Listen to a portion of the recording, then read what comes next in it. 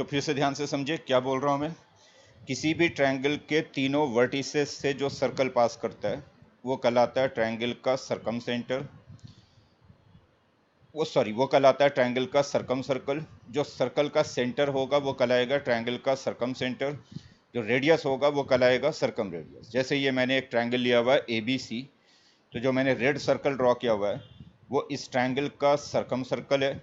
जो इस सर्कल का सेंटर है वो मैंने P पे लिया हुआ है, तो P हो गया ट्रायंगल ABC का सरकम सेंटर। और रेडियस जो होगा इस सर्कल का वो कहलाएगा सरकम रेडियस। अब आते हैं कि सरकम सेंटर हम फाइंड कैसे करेंगे। अगर मान लो हमें ट्रायंगल के तीनों वर्टिसेस के कोऑर्डिनेट्स गिवन हों और कहा जाए कि आप ट्रायंगल का सरकम सेंटर फाइंड करें और साथ में सरकम रेडियस भी फाइंड करें, तो कैसे फाइंड किया जाएगा।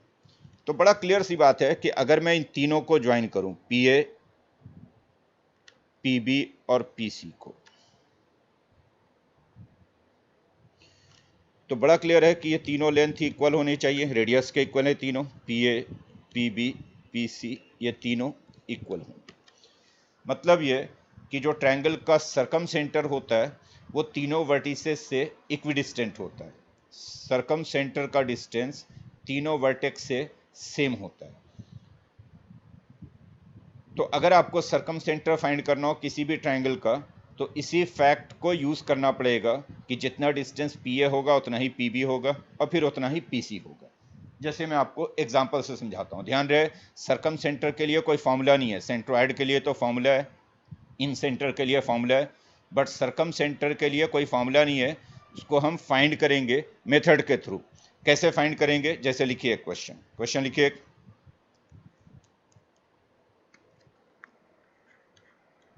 लिखो question. Find the circumcentre and the circumradius. Find the circumcentre and the circumradius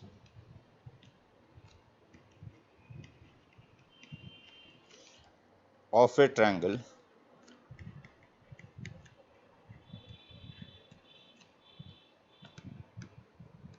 whose vertices are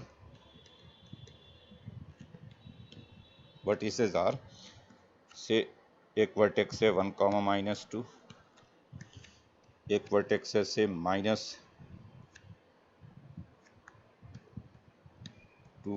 1 और एक वर्टेक्स है सपोज 0, 4।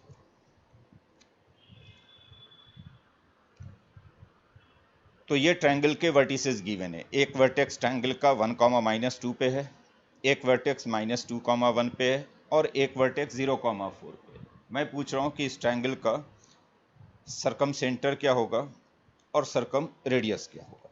अब देखो कैसे फाइंड करेंगे। ये मान लो हमारा ट्रायंगल है ABC।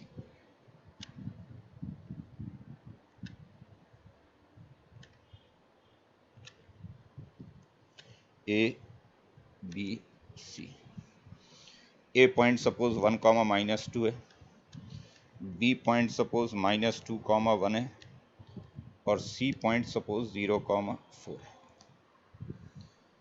हम क्या फाइंड करना चाहते हैं, ट्रायंगल का सरकम सेंटर। सरकम सेंटर क्या होता है, अगर मैं एक सर्कल ड्रॉ करूं जो तीनों वर्टिसेस से पास कर रहा है, जैसे मैंने एक सर्कल ड्रॉ कर दिया, सपोज तीनों वर्टिसेस से पास करता हुआ ऐसे, तो इस सर्कल का जो सेंटर होगा यही कहलाएगा सरकम सेंटर। सपोज इस सर्कल का सेंटर जो है वो P पॉइंट पे है जो मुझे फाइंड करना है। तो P पॉइंट को मैंने कह दिया कि x, y है। सपोज ये P point is suppose x, y। तो लेट जो सरकम सेंटर है ये P है विच इज x, y। तो अभी मैंने कहा कि जो सरकम सेंटर होता है वो तीनों वर्टिसेस से इक्वल डिस्टेंस पे होता है, यानी जितना डिस्टेंस PA होगा ये उतना ही डिस्टेंस ये PB होगा और फिर उतना ही डिस्टेंस इधर PC होगा। ये तीनों डिस्टेंसेस सेम होंगे, P A, P B and P C. तो हम क्या करेंगे, पहले लिखेंगे P A is equal to P B, P A is equal to P B. Distance फॉर्मूले से निकालो, पी ए क्या आएगा, पी और ए के बीच में डिस्टेंस, तो यह आएगा x minus 1 whole square y plus 2 whole square. P और ए के बीच में distance under root x minus 1 का स्क्वायर y प्लस 2 का स्क्वायर। नाउ पी बी निकालो, पी और बी के बीच का distance under root x plus 2 का स्क्वायर y माइनस 1 का स्क्वायर। पी ए निकाला अपने डिस्टेंस फॉर्मूले से under root x minus 1 square y plus 2 square. P B निकाला अपने डिस्टेंस फॉर्मूले से x plus 2 square y minus 1 square. Squaring कर दो ताकि रूट हट जाए, स्क्वायरिंग बोथ साइड्स। स्क्वायरिंग करोगे इधर एक्स माइनस 1 का होल स्क्वायर, इसे एक्सपेंड करो तो आएगा x square minus 2x plus 1, ये x माइनस 1 का होल स्क्वायर हो गया। y प्लस 2 का स्क्वायर करोगे तो y square plus 4y plus 4, फिर x प्लस 2 का स्क्वायर करोगे तो x square plus 4x plus 4, y minus 1 का स्क्वायर करोगे तो y square minus 2y plus 1। सारे आपने एक्सपेंड कर दिए a minus b whole square के फॉर्मूले पे या फिर a plus b whole square के फॉर्मूले।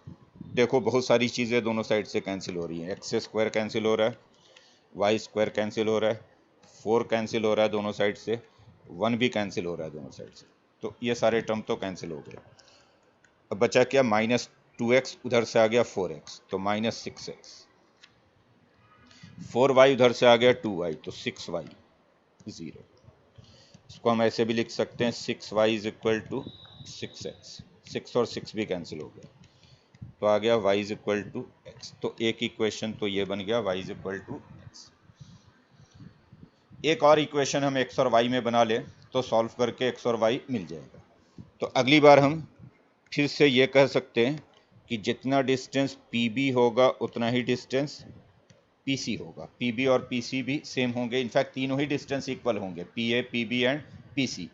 तो पहले मैंने इक्वेट किया PA और PB को, अब मैं इक्वेट कर रहा हूँ PB और PC को।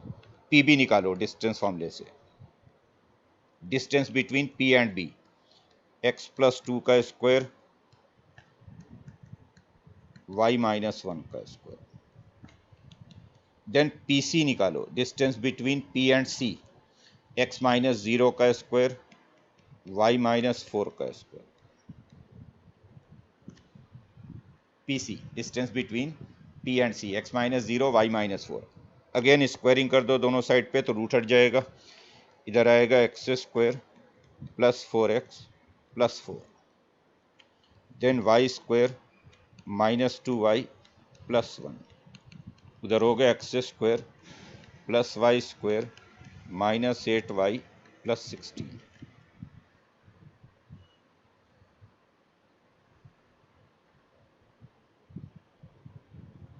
अभी चेक कर लेता हूँ, तो ये एक्स स्क्वायर ख़त्म हो गया, वाई स्क्वायर ख़त्म हो गया दोनों साइड से, 4x माइनस 2y उधर से आ गया प्लस 8y तो 6y, 4 एंड 1 5 तो माइनस 11 0। तो ये आ रहा है 4x प्लस 6y माइनस 11 0, यही बोल रहे थे आप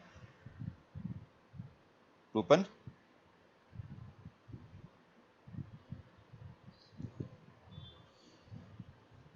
अब हमारे पास दो इक्वेशन है, एक इक्वेशन तो पहले हमने बना लिया था इक्वेशन 1 यहाँ पे y is equal to x ये वाला, और एक दूसरा ये बना लिया 4x प्लस 6y माइनस। तो हम इसमें from 1 y is equal to x रख सकते हैं, तो y की जगह पे x अगर रख दे इसमें तो हो गया ये 4x plus 6x minus 11 0। As y is equal to x है तो मैंने y की जगह पे x रख दिया, तो आ गया 10x माइनस 11 0, तो इससे x आ जाएगा 11/10, और x 11/10 है तो फिर y भी 11/10 ही होगा, चूंकि y और x दोनों इक्वल हैं इक्वेशन 1 से। तो ये x और y की वैल्यू निकल गई, यानी यही ट्रायंगल का सरकम सेंटर है। तो इस ट्रायंगल का सरकम सेंटर हो गया 11/10, 11/10। क्लियर है सभी को? बोलो भाई।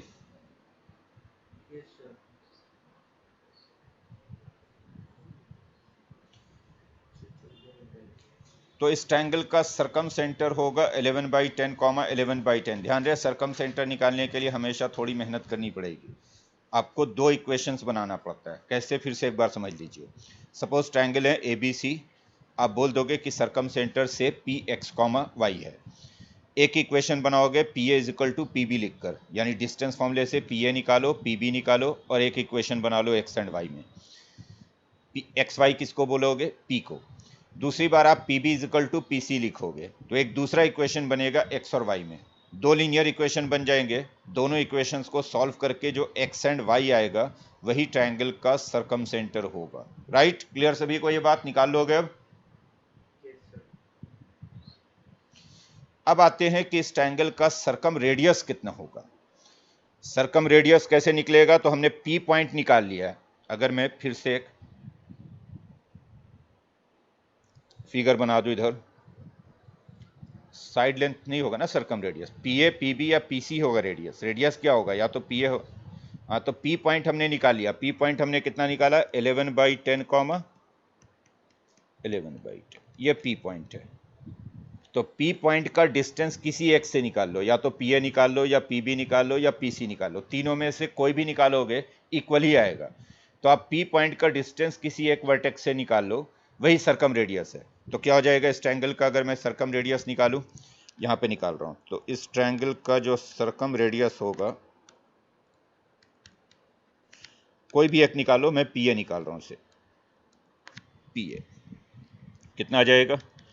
अंडर रूट पी और ए के बीच में डिस्टेंस, पी हो गया 11/10 कॉमा 11/10, ए हो गया 1 कॉमा -2, तो 11/10 -1 होल स्क्वायर, फिर 11/10 +2 होल स्क्वायर।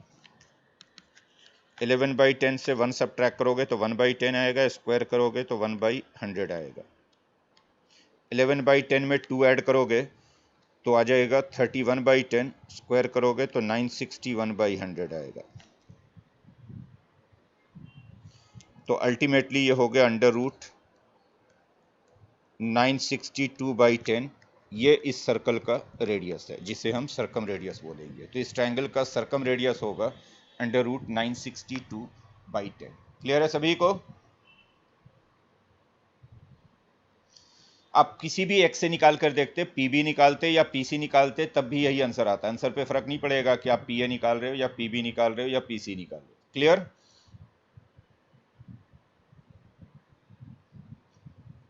चलो अब आगे बढ़ते हैं।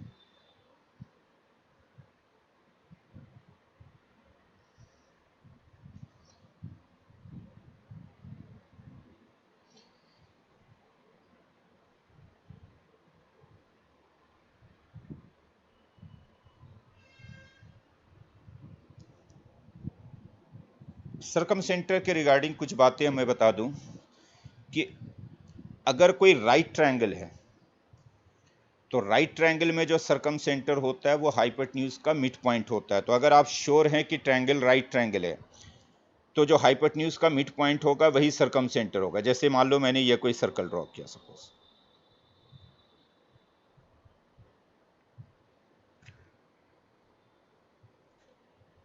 कोई भी एक सर्कल में ड्रॉ कर रहा हूं इसे। चलो,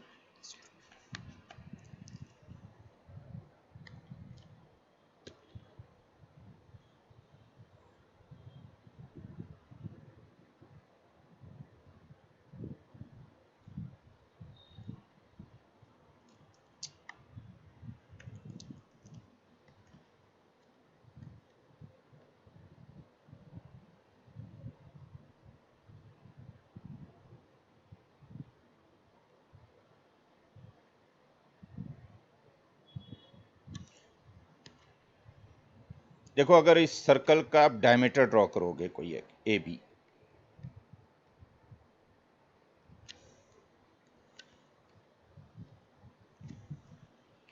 ए बी क्या है? इस सर्कल का डायमीटर है, तो ऑब्वियसली सेंटर इसका मिड पॉइंट होगा, से पी सेंटर है इस सर्कल का। और इधर कोई पॉइंट हमने सी ले लिया इसी सर्कल पे, तो अगर मैं triangle A C B form करूंगा या ए बी सी फॉर्म करूंगा, तो यहाँ जो एंगल बनेगा वो हमेशा राइट एंगल बनेगा। ये ज्योमेट्री में आपने पढ़ा होगा क्लास 10 में कि angle in a semi circle is always a right angle. पढ़ा है?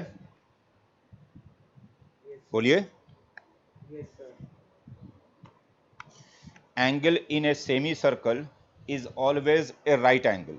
तो अगर ए बी डायमीटर है और सी कोई पॉइंट है सर्कल पे, चाहे कहीं पे भी ले लूँ, सर्कल में अपर साइड पे या लोअर साइड पे कहीं पे भी पॉइंट ले लूँ, तो जो एंगल ए सी बी आएगा वो हमेशा राइट एंगल आएगा।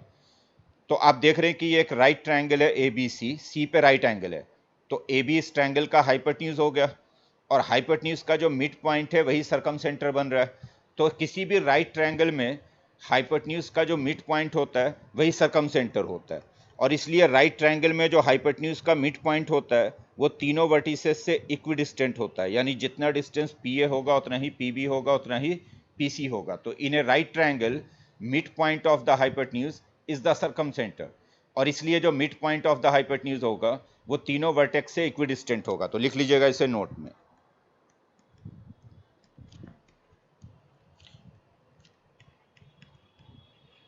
इन a right triangle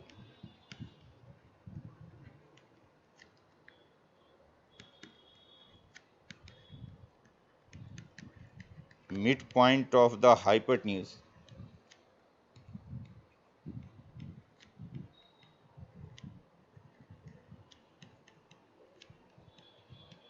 is the circumcenter of the triangle।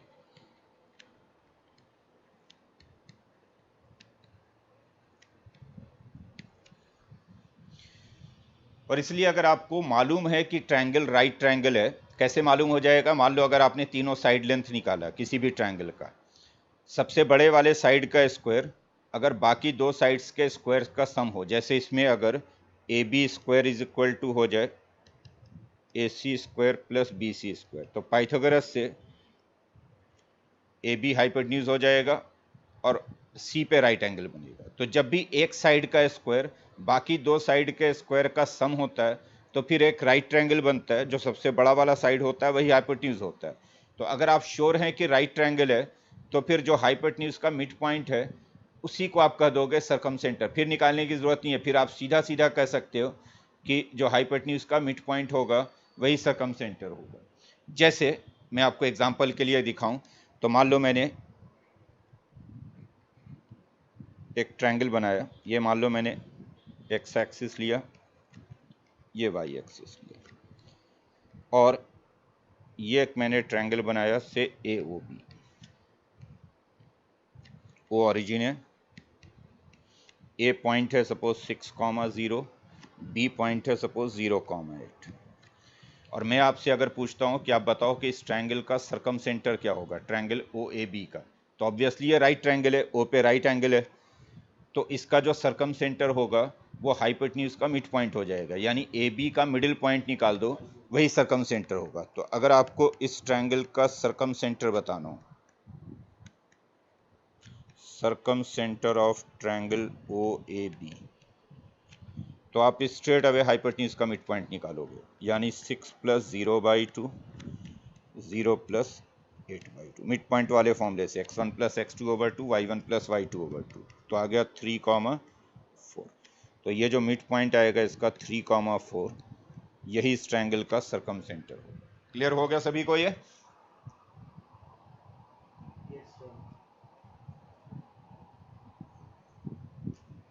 बने क्लियर है तेजस?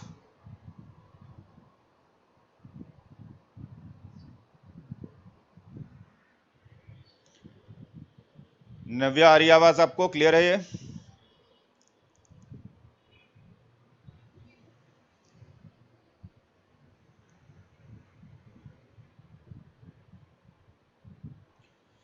तो क्या क्या अब तक हमने सीख लिया सर्कम सेंटर के बारे में, कि सर्कम सेंटर तीनों वर्टिसेस से पास करने वाले सर्कल का सेंटर होता है, और ऑब्वियसली सर्कम सेंटर तीनों वर्टिसेस से इक्विडिस्टेंट होता है, यानी पी ए पी बी और पी सी इक्वल होगा अगर पी सर्कम सेंटर है तो इसलिए जब भी मुझे सर्कम सेंटर निकालना होगा किसी भी ट्रायंगल का, ट्रायंगल के तीनों वर्टिसेस के कोऑर्डिनेट्स अगर गिवन होंगे तो मैं P पॉइंट को ले लूँगा x कॉमा वाई, दो इक्वेशन बनाऊंगा, एक बार P is equal to P B लिख कर लीनियर इक्वेशन, दूसरी बार P B is equal to P C लिख कर लीनियर इक्वेशन। दोनों को सॉल्व कर देंगे तो जो पॉइंट आएगा x कॉमा वाई वही सरकम सेंटर होगा।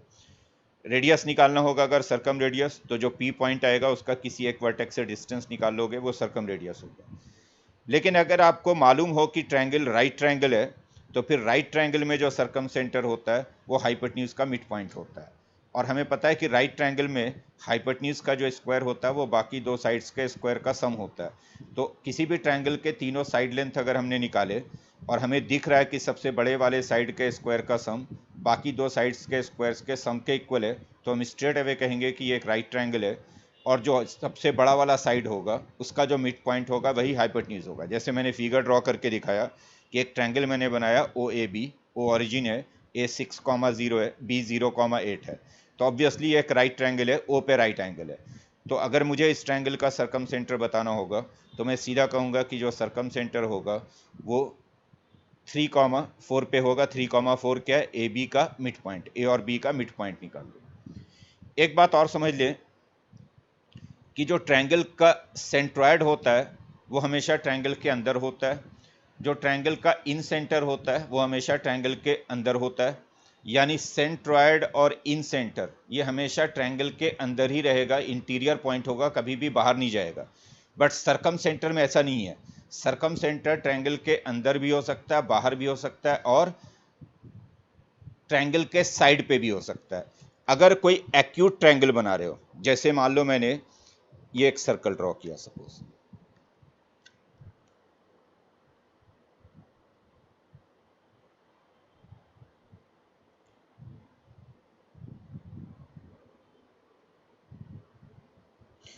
अगर इस सर्कल के अंदर मैं एक एक्यूट ट्रायंगल बनाऊंगा, जैसे ये एक मैं एक्यूट ट्रायंगल बना रहा हूं रेड वाला। एक्यूट ट्रायंगल का मतलब क्या है? तीनों एंगल 90 डिग्री से कम है इसके। ए बी सी एक एक्यूट ट्रायंगल है। तो ऑब्वियसली जो सर्कल का सेंटर आएगा वो इस ट्रायंगल के अंदर आएगा। ये सर्कल का सेंटर है से पी। तो एक्यूट ट्रायंगल में जो सरकम सेंटर होता है वो ट्रायंगल के अंदर होता है। अगर मैं राइट ट्रायंगल बनाऊंगा तो राइट ट्रायंगल में सरकम सेंटर जो होता है वो देख लो हाइपोटेन्यूज का मिड पॉइंट होता है। इस वाले फिगर को देखो यहाँ, तो राइट ट्रायंगल में सरकम सेंटर जो होता है वो हाइपोटेन्यूज का मिड पॉइंट होता है, मतलब ये साइड पे ही होता है। जैसे पी जो है यहाँ पे A B C right triangle है, तो पी जो है वो हाइपोटेन्यूज का मिड पॉइंट है। और अगर मैं किसी सर्कल के अंदर ऑब्ट्यूज ट्रायंगल बनाऊंगा, जैसे ये सर्कल है मान लो हमारा कोई,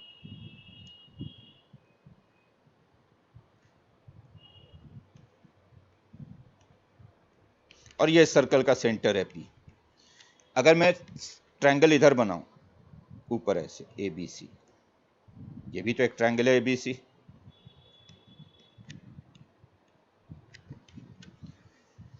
यहाँ पे ए पे ऑब्ट्यूज एंगल है, यानी ये ऑब्ट्यूज ट्रायंगल है। ऑब्वियसली जो पी पॉइंट आ रहा है वो ट्रायंगल के बाहर आ रहा है, यानी ऑब्ट्यूज ट्रायंगल में जो सरकम सेंटर आएगा वो ट्रायंगल के बाहर आएगा। क्लियर है सभी को ये बात?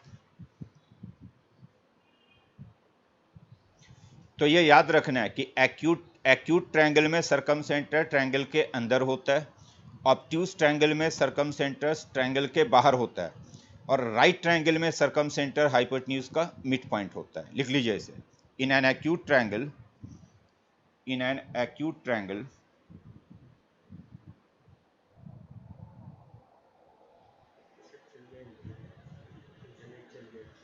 in an acute triangle, circumcenter lies inside the triangle.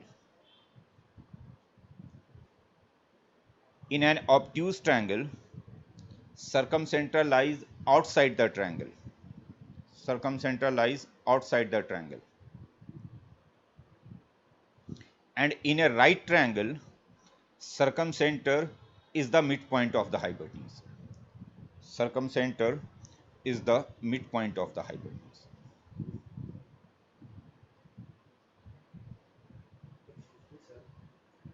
बोलो। स्केलिंग ट्रायंगल दिया हुआ है या आइसोसेलेस दिया हुआ है, ठीक है। अगर या एक्यूट ट्रायंगल अगर ऑब्ट्यूज ट्रायंगल में उन्होंने क्या किया कि सर्कमरेडियस फाइंड आउट करो।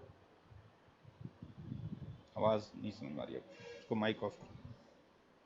अगर हमको ऑब्ट्यूज ट्रायंगल में सर्कमरेडियस फाइंड आउट करना है, तभी पी निकालोगे, पी का डिस्टेंस निकाल लोगे इसी एक से, P A P B P C. Circumradius find करने का तरीका वही है कि पहले आप सरकम सेंटर निकालोगे पी, और फिर पी का डिस्टेंस किसी एक वर्टेक्स से फाइंड कर लोगे, वही सरकम रेडियस होगा। क्लियर? बोलो भाई। Yes sir. चलो अब नेक्स्ट, अब हम बात करेंगे ऑर्थो सेंटर की।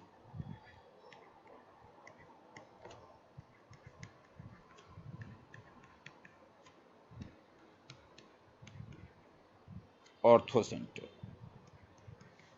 सिंगल वर्ड है, बीच में यहाँ पे थोड़ा ज़्यादा गैप लग रहा है, गैप नहीं है, एक वर्ड है ये, सिंगल वर्ड है ऑर्थो सेंटर।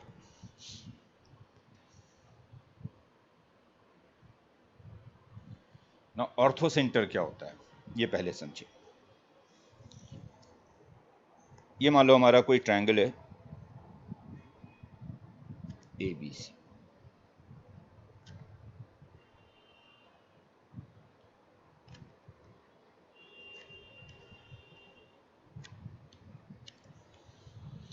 ऑर्थो सेंटर कहते हैं हम जहाँ पे तीनों ऑल्टीट्यूड्स मिलते हैं। किसी भी ट्रायंगल के तीनों ऑल्टीट्यूड कॉन्करेंट होते हैं। कॉन्करेंट का मतलब एक ही पॉइंट पे मिलेंगे, और जिस पॉइंट पे मिलेंगे वही पॉइंट कहलाएगा ऑर्थो सेंटर। ऑल्टीट्यूड क्या होता है? जो परपेंडिकुलर डालते हैं किसी भी वर्टेक्स से, जो अपोजिट साइड पे आप परपेंडिकुलर डालते हो, वो ऑल्टीट्यूड कहलाता है। जैसे ए से हमने परपेंडिकुलर डाल दिया, से ये बी सी पे ए एल, तो एक ऑल्टीट्यूड हो गया ए एल। बी से हमने इधर एक परपेंडिकुलर डाल दिया ए बी पे, से बी एम, और सी से हमने इधर एक परपेंडिकुलर डाल दिया ए बी पे, से सी एम। तो ये तीनों ऑल्टीट्यूड्स जिस पॉइंट पे मिल रहे हैं, ये वाला पॉइंट से, इसका नाम मैंने एच दे दिया। तो यही एच जो है वो ट्रायंगल का ऑर्थो सेंटर है।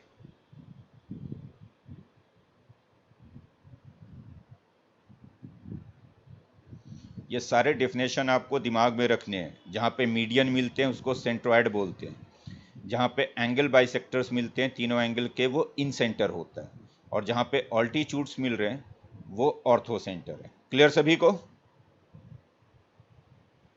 बोलो भाई। Yes sir. तो लिख लीजिए ऑल्टीट्यूड का, सॉरी, ऑर्थो सेंटर का क्या डेफिनेशन है। तो the altitudes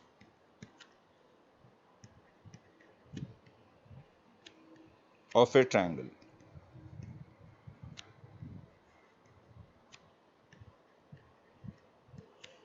meet at a point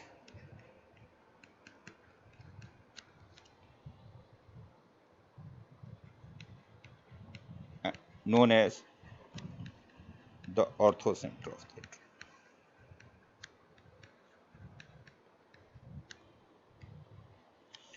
तो जिस पॉइंट पे ट्रायंगल के तीनों ऑल्टीट्यूड्स मिलते हैं वही कहलाता है ऑर्थोसेंटर। अब आते हैं कि ऑर्थोसेंटर कैसे फाइंड करेंगे। अगर मान लो हमें किसी ट्रायंगल के तीनों वर्टिसेस के कोऑर्डिनेट्स गिवन है और कहा जाए कि इस ट्रायंगल का ऑर्थोसेंटर फाइंड करें, तो ऑर्थोसेंटर के रिगार्डिंग कुछ बातें जो है मैं बता रहा हूँ, ये आपको दिमाग में रखना, नोट्स करके ये पॉइंट वाइज लिखते चले जाओगे। पहला पॉइंट, जब भी अगर आपको ऑर्थो सेंटर फाइंड करना हो ट्रायंगल का, तो पहले आप ज़रूर चेक कर लिया करें कि ये किस टाइप का ट्रायंगल है।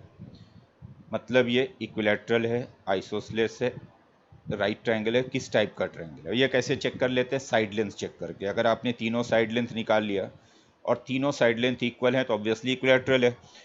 इक्विलैटरल ट्रायंगल की एक खास बात होती है कि इसके चारों सेंटर्स एक ही जगह पे होते हैं। ये चार सेंटर कौन कौन से हो गए? सेंट्रोइड, सरकम सेंटर, ऑर्थो सेंटर और इन centre.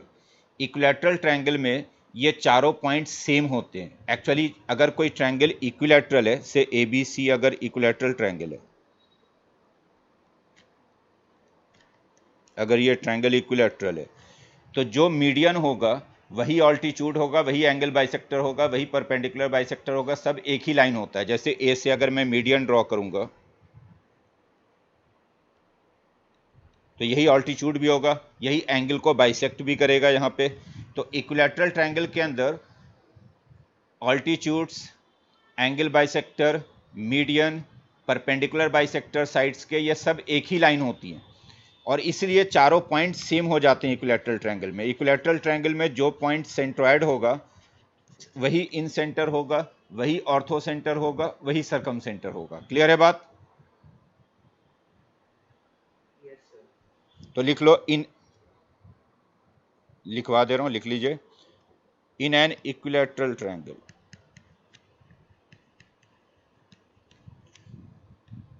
in an equilateral triangle, centroid in center,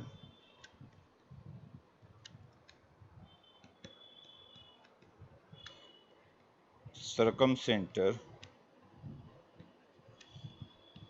and orthocenter coincide। Coincide करने का मतलब होता है कि एक ही जगह पे होंगे, सेम पोजीशन पे होंगे। तो इक्विलैटरल ट्रायंगल के अंदर centroid, incentre, circumcentre, orthocentre coincide कर जाते हैं। क्लियर है बात? Yes sir. और इसीलिए अगर मान लो कोई ट्रायंगल इक्विलैटरल है, ये कैसे पता चलेगा कि इक्विलैटरल है? आप साइड लेंथ निकाल लोगे, अगर तीनों साइड लेंथ इक्वल हैं तो इक्विलैटरल है।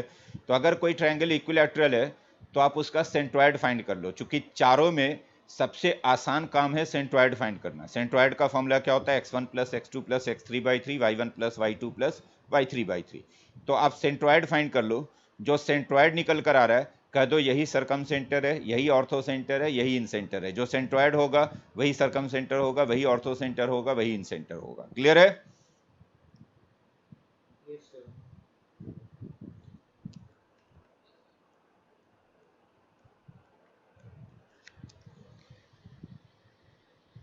लेकिन अगर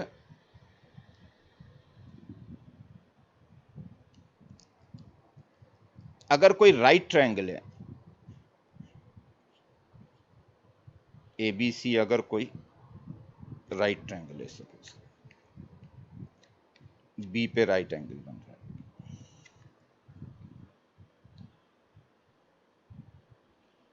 तो राइट ट्रायंगल में जिस वर्टेक्स पे राइट एंगल बन रहा है वही ऑर्थो सेंटर है। यही बी जो है यही ऑर्थो सेंटर होगा। क्यों?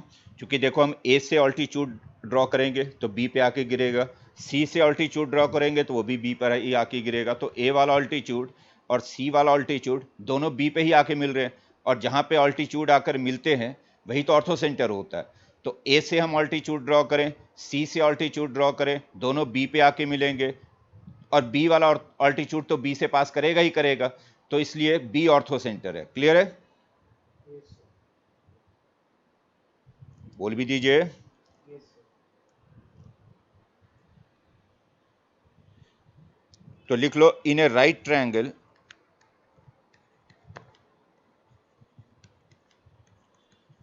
in a right triangle, the vertex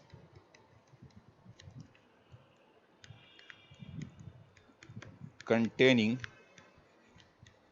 right angle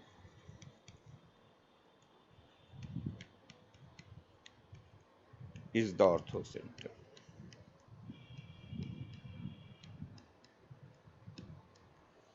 तो राइट ट्रायंगल में जिस वर्टेक्स पे राइट एंगल बनता है वही ऑर्थोसेंटर होता है। क्लियर है सभी को ये बात? Yes sir. बोलो भाई। वैसे राइट ट्रायंगल में सरकम सेंटर कहाँ पे होगा? अभी बताया था, सरकम सेंटर कहाँ पे होगा एबीसी का? हाइपोटेन्यूज का मिड पॉइंट। अगर राइट ट्रायंगल है तो जो हाइपोटेन्यूज का मिड पॉइंट होगा वो सरकम सेंटर होगा, और जिस वर्टेक्स पे राइट एंगल बन रहा है वो ऑर्थो सेंटर होगा। तो जैसे मैंने पीछे एक फिगर दिखाया था, अगर इस फिगर को फिर से दिखाऊं, ये वाला ट्रायंगल ओ ए बी का सरकम सेंटर था 3,4 पे, अगर मैं पूछूं कि इस ट्रायंगल ओ ए बी का ऑर्थो सेंटर कहाँ पे होगा, बोलो क्या होगा इसका ऑर्थो सेंटर? इसका ऑर्थो सेंटर कहाँ पे होगा? ओरिजिन पे। ओरिजिन इसका ऑर्थो सेंटर है। क्लियर? क्लियर है सभी को ये बात? तो राइट ट्रायंगल में सरकम सेंटर होता है हाइपोटेन्यूज का मिड पॉइंट। ऑर्थो सेंटर होता है जिस वर्टेक्स पे राइट एंगल बन रहा है। अब दो बातें मैंने बोल दी कि अगर इक्विलैटरल ट्रायंगल है तब तो जो सेंट्रोइड है वही ऑर्थो सेंटर है, वही सरकम सेंटर है, वही इन सेंटर है। अगर राइट ट्रायंगल है तो जहां पे राइट एंगल बन रहा है वो ऑर्थो सेंटर है। लेकिन अगर मान लो ऐसा नहीं है, यानी हमारा जो ट्रायंगल है वो ना तो राइट ट्रायंगल है और ना ही इक्विलैटरल ट्रायंगल है, दोनों में से कुछ भी नहीं है, इक्विलैटरल भी नहीं है, राइट भी नहीं है, फिर हम कैसे फाइंड करेंगे ऑर्थो सेंटर? अगर मान लो हमें ऑर्थो सेंटर फाइंड करना हो किसी ट्रायंगल का और वो ट्रायंगल इक्विलैटरल नहीं है, वो ट्रायंगल राइट ट्रायंगल नहीं है, फिर कैसे फाइंड करेंगे? तो एक बड़ा इंपॉर्टेंट रिलेशन है, वो दिमाग में रखना आपको। तीसरा पॉइंट,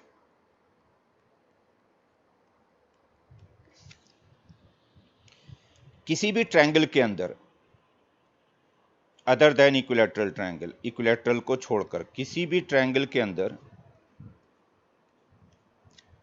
अगर मैं ये तीनों पॉइंट निकालूं, एच में किसको बोल रहा हूं? ऑर्थो सेंटर को। जी मैं किसको बोल रहा हूं? सेंट्रोइड को। और पी में किसको बोल रहा हूं? सरकम सेंटर को।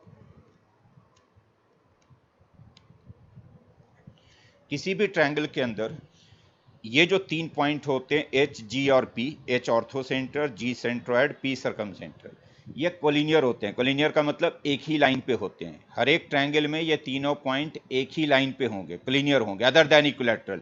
इक्विलैटरल में तो तीनों पॉइंट एक ही जगह पे आ जाएंगे, सेम हो जाएंगे। इक्विलैटरल ट्रायंगल को छोड़कर बाकी सारे ट्रायंगल में ये तीनों पॉइंट कोलिनियर होते हैं, एक लाइन पे होते हैं।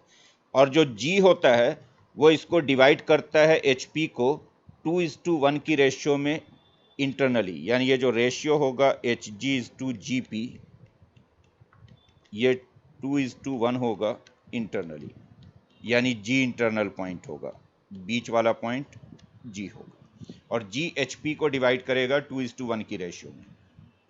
ये बहुत ही इंपॉर्टेंट रिलेशन है, इसको याद रखिएगा, खास करके ऑब्जेक्टिव क्वेश्चन में खूब जरूरत पड़ेगी इसकी। तो क्या याद रखना आपको? इन लिख लो, पहले के लिख लो जो मैं बोल रहा हूं। in any triangle other than equilateral triangle, in any triangle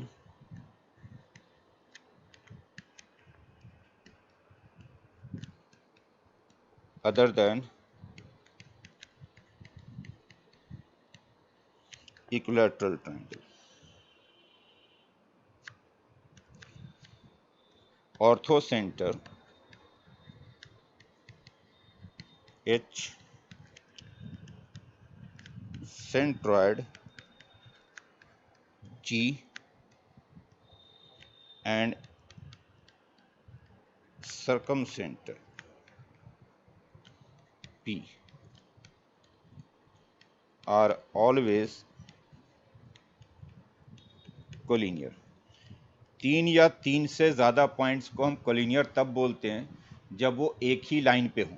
अगर सिंगल लाइन पे ही हो ये पॉइंट तो हम उनको कोलिनियर बोलते हैं। तो एच जी पी ये हमेशा कोलिनियर होते हैं, एक ही लाइन पे होते हैं।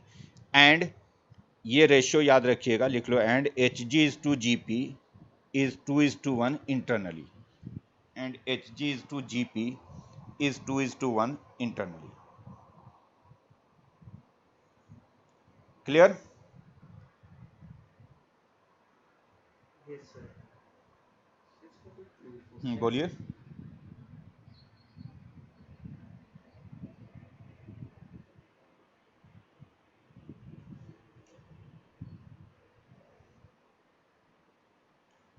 वो तो वो हो ही गया ना कि ओ ऑर्थो सेंटर हो गया उसका, वो हो गया ऑर्थो सेंटर, और पी हो गया सरकम सेंटर। अभी इसका अगर निकालना होगा सेंट्रोइड, तो सेंट्रोइड यहाँ आएगा जो इसको 2:1 की रेशियो में डिवाइड करेगा, और 2:, या फिर आप सेंट्रोइड का सीधा फॉर्मूले से भी निकाल दो, तो सेंट्रोइड क्या होगा, x1 plus x2 plus x3/3 y1 plus y2 plus y3/3, यही होगा ना। तो g क्या आएगा निकल कर, g निकल कर आएगा 0 प्लस 6 प्लस 0/3, 0 प्लस 6 प्लस 0/3 यानी 2 आएगा, और 0 प्लस 0 प्लस 8/3, तो g निकल कर आएगा इसका 2,8/3, ये वाला जो पॉइंट होगा। और अगर आप सेक्शन फॉर्मूले से भी निकालोगे 2:1 के फॉर्मूले से g को, तब भी यही आएगा 2/8/3 आएगा। अगर मान लो मैं फॉर्मूले से नहीं निकालता, इसको सेक्शन फॉर्मूले से निकालता,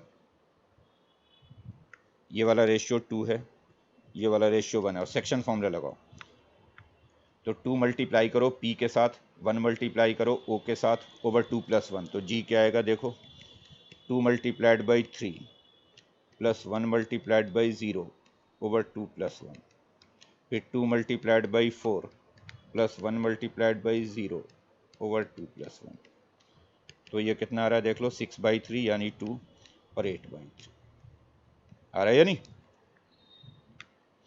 तो अगर आप सेक्शन फॉर्मूले से निकाल रहे हो 2:1 फॉर्मूले से, तब भी वही पॉइंट आ रहा है, और अगर आप सेंट्रॉयड वाले फॉर्मूले से निकाल रहे x1 plus x2 plus x3/3 y1 plus y2 plus y3/3, तब भी यही आएगा 2,8/3 आएगा। क्लियर है ये? Yes sir. तो अब अगर मान लो हमें किसी ट्रायंगल का ऑर्थो सेंटर निकालना हो, तो हम क्या करेंगे कि पहले तो सेंट्रॉयड निकाल लेंगे, क्योंकि सेंट्रॉयड का तो हमें सीधा फॉर्मूला पता है, x1 plus x2 plus x3/3 y1 plus y2 plus y3/3। Then circumcentre निकाल लेंगे, और फिर सेक्शन फॉर्मूला लगाकर हम ऑर्थो सेंटर निकाल सकते हैं।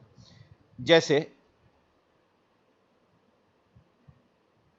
अगर मैं इस वाले ट्रायंगल में चलता, जैसे ये ट्रायंगल था हमारा, ए था 1,-2, बी था -2,1, और सी था 0,4। अगर मुझसे पूछा गया होता कि आप बताओ कि इस ट्रायंगल का ऑर्थो सेंटर कहाँ पे आएगा, तो हम पहले सरकम सेंटर निकालते, जो मैंने ऑलरेडी निकाला हुआ है। क्या निकला था, 11/10, 11/10 निकाला हुआ ऑलरेडी, 11/10, 11/10। देन इसका सेंट्रॉयड निकाल लेंगे। सेंट्रॉयड क्या होगा, x1 plus x2 plus x3/3 y1 plus y2 plus y3/3। और जब सेंट्रॉयड और ऑर्थो सरकम सेंटर दोनों मिल जाएगा, तो फिर हम सेक्शन फॉर्मूला लगाकर ऑर्थो सेंटर निकाल सकते हैं। जैसे लिखिए क्वेश्चन, जैसे लिखिए क्वेश्चन,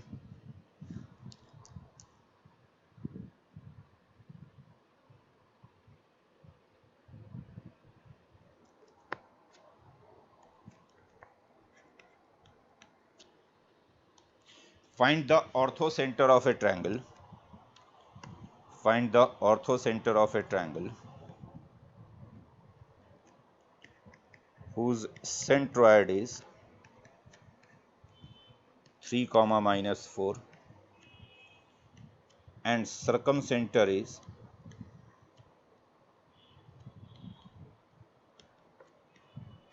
-5,6।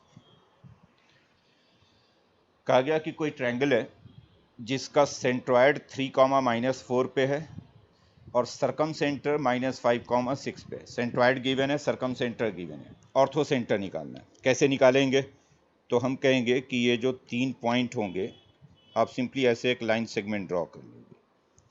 इस लाइन सेगमेंट पे H, G और P मार्क कर दो। H का मतलब है ऑर्थो सेंटर, G का मतलब है सेंट्रॉयड जो गिवन है 3, -4, P का मतलब है सरकम सेंटर जो गिवन है -5,6।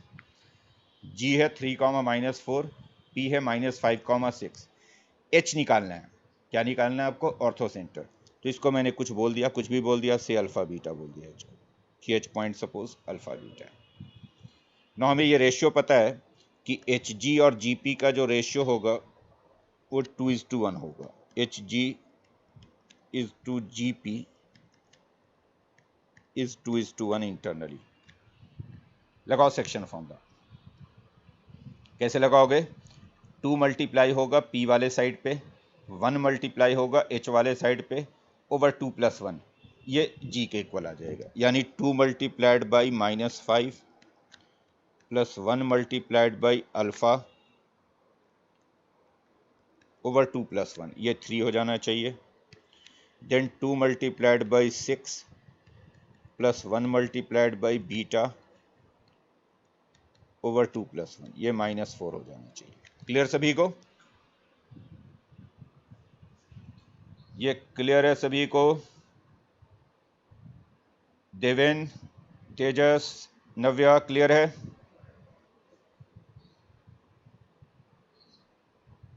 नव्या आपको आवाज आ रही है? क्लियर है? तो हमने 2 को मल्टीप्लाई किया -5 से, 1 को मल्टीप्लाई किया अल्फा से ओवर 2 प्लस 1, ये जी का कोऑर्डिनेट बनेगा, यानी ये 3 बनेगा। फिर 2 को मल्टीप्लाई किया 6 के साथ, 1 को मल्टीप्लाई किया बीटा के साथ ओवर 2 प्लस 1, ये -4 बनेगा। तो यहाँ से आ गया -10 प्लस अल्फा, ये 6 हो जाएगा, सॉरी 9 हो जाएगा इनफैक्ट, यहाँ पे डिनोमिनेटर वाला 3 उधर मल्टीप्लाई होकर, और 12 प्लस बीटा ये -12 हो जाएगा। तो इससे अल्फ़ा की वैल्यू आ जाएगी 19 और बीटा की वैल्यू आ जाएगी -24। तो यही ऑर्थो सेंटर हो गया, यानी इस ट्रायंगल का ऑर्थो सेंटर होगा 19, -24। क्लियर सभी को?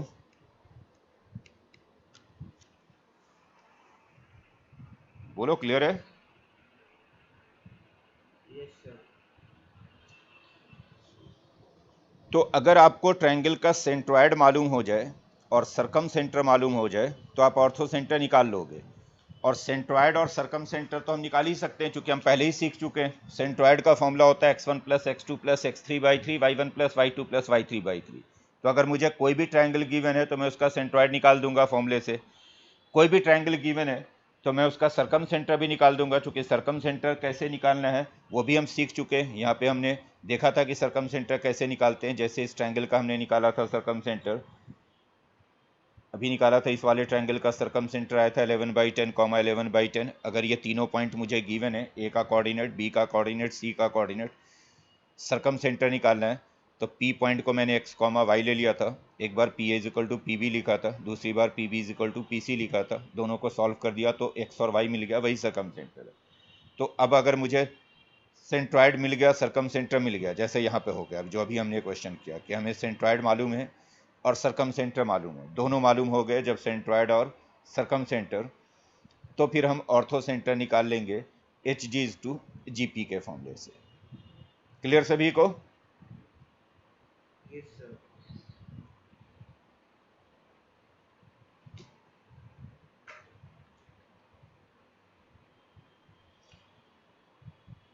तो जैसा कि हमने यहाँ पे देखा कि हमें सेंट्रॉयड मालूम है 3, -4, सरकम सेंटर मालूम है -5, 6, तो हम ऑर्थो सेंटर निकाल पा रहे। इनफैक्ट इन तीनों में से कोई भी 2 पॉइंट आपको मालूम हो तो तीसरा मिल जाएगा सेक्शन फॉर्मूले से।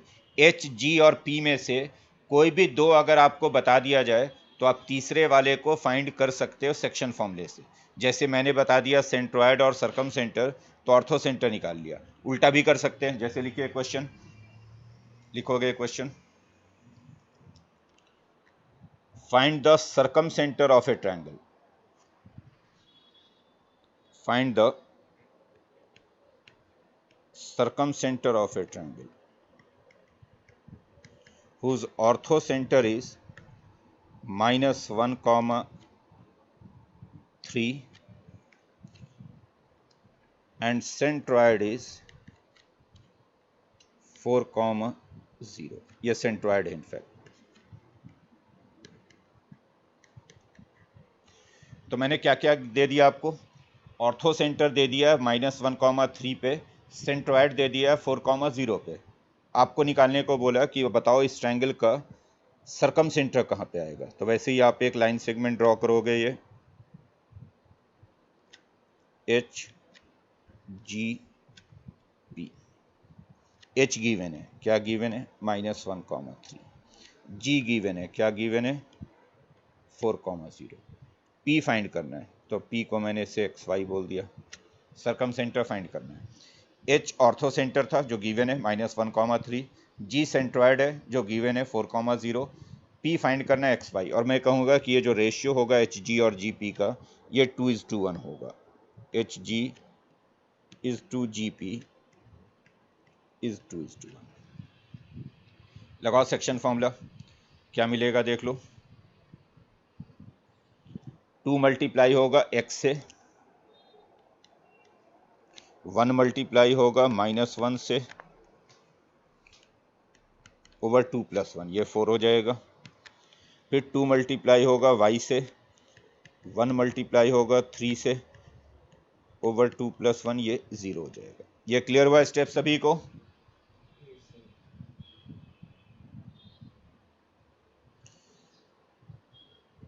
टू एक्स से मल्टीप्लाई हो रहा है 1 - 1 से, यानी 2 मल्टीप्लाई होगा p से, 1 मल्टीप्लाई होगा h से ओवर 2 + 1, यही g बनेगा। तो इससे आ गया 2x -1/3, ये 4। इससे आ गया 2y + 3/3 यानी 0। तो इससे देखो आ जाएगा 2x - 1 12, 2y + 3 0। तो x आ जाएगा इससे 13/2 और y आ जाएगा इससे -3/2। ये जो x और y की वैल्यू आई है यही इस ट्रायंगल का सरकम सेंटर है, यानी P पॉइंट है। तो हम सरकम सेंटर कहेंगे इस ट्रायंगल का 13/2, -3/2। क्लियर?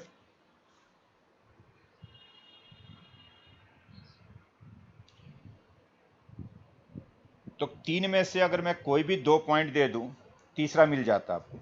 अब मैं उल्टा भी कर सकता हूं कि h और p की दे दूं, g फाइंड करने को बोल दूं। जैसे लिखिए क्वेश्चन लिखोगे, find the centroid of a triangle, find the centroid of a triangle whose orthocenter is -2, 5 and circumcenter is 8, -1। Triangle का ऑर्थो सेंटर है -2, 5 यानी h है -2, 5 पे, और सरकम सेंटर यानी p है 8, -1 पे। फाइंड क्या करना है हमें? g, यानी सेंट्रॉयड फाइंड करना है। सेंट्रॉयड डिवाइड करेगा इसको 2:1 की रेशियो में, तो एच जी और जी पी का रेशियो हो गया 2:1।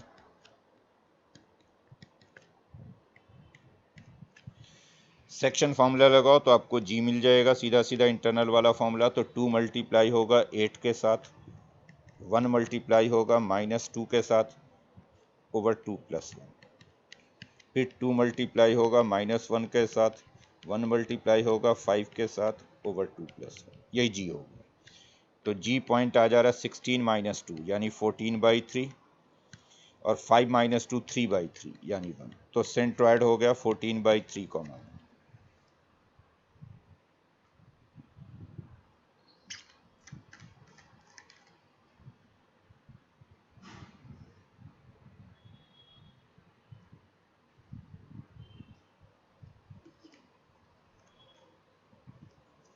तो अब आपको कोई भी ट्रायंगल दे दिया जाए, आप ये चारों पॉइंट इजीली फाइंड कर सकते हो। कौन से 4 point? Centroid, incentre, circumcentre and ortho centre.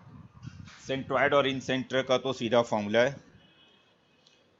But circumcentre and orthocentre का कोई फॉर्मूला नहीं है। फिर वो सरकम सेंटर तो आपको फाइंड करना पड़ता है मेथड से, एंड देन फिर जब 2 मिल जाते हैं तो तीसरा हम सेक्शन फॉर्मूले से निकाल लेते हैं। लेकिन कुछ बातें ध्यान रखेंगे, खास करके अगर आप ऑब्जेक्टिव में कर रहे हैं तो आप खास करके जब आप सरकम सेंटर या ऑर्थो सेंटर निकाल रहे हैं तो जल्दी से आप ट्रायंगल के तीनों साइड लेंथ चेक कर लिया करें, क्योंकि अगर आपकी किस्मत अच्छी हुई और इक्विलैटरल ट्रायंगल मिल गया तब तो बात ही ख़त्म हो गई। क्योंकि इक्विलैटरल ट्रायंगल मिल गया तब तो कुछ करने की ज़रूरत ही नहीं है। इक्विलैटरल ट्रायंगल में जो सेंट्रॉयड होता है वही सरकम सेंटर होता है, वही ऑर्थो सेंटर होता है, वही इन सेंटर होता है। इन केस अगर मान लो इक्विलैटरल ट्रायंगल नहीं भी मिला, राइट ट्रायंगल मिल गया, तब भी काम आसान होता है, चूंकि राइट ट्रायंगल में जिस वर्टेक्स पे राइट एंगल बन रहा होता है वही ऑर्थो सेंटर होता है, और जो हाइपोटेन्यूज का मिड पॉइंट होता है वो सर्कम सेंटर होता है। ये सब चीज़ें आपको मैंने लिखवा दी हैं, लेकिन आपको कॉपी पे लिखने से काम नहीं चलेगा, याद भी कर लीजिएगा इन सारी चीज़ों को। क्लियर है ये? Yes sir. चलिए अब आगे बढ़ेंगे। नेक्स्ट अब हम देखेंगे कि एरिया ऑफ ट्रायंगल कैसे फाइंड करते हैं कोऑर्डिनेट्स में।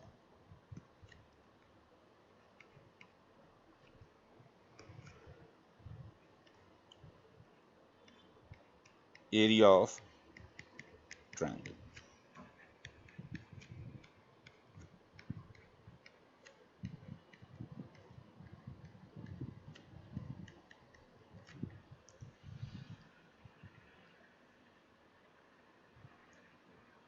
अगर मुझे किसी ट्रायंगल के तीनों वर्टिसेस के कोऑर्डिनेट्स गिवन हों और एरिया फाइंड करने को कहा जाए तो कैसे फाइंड करेंगे। मान लो ये हमारा कोई ट्रायंगल है A B C.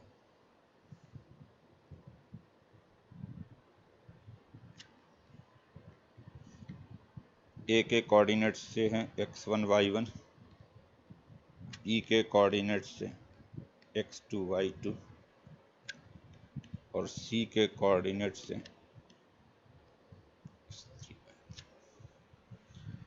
a is x1 y1, b is x2 y2, c is x3 y3, और आपको फाइंड करना हो इस ट्रायंगल का एरिया, एरिया ऑफ ट्रायंगल। तो एरिया ऑफ ट्रायंगल का फॉर्मूला ये होता है हाफ मॉड, मॉड लगाना ना भूलें, x1 y2 minus y3 plus x2 y3 minus y1 plus x3 y1 minus. ये एरिया ऑफ ट्रायंगल का फॉर्मूला होगा, half mod x1 y2 minus y3, x2 y3 minus y1, x3 y1 minus y2।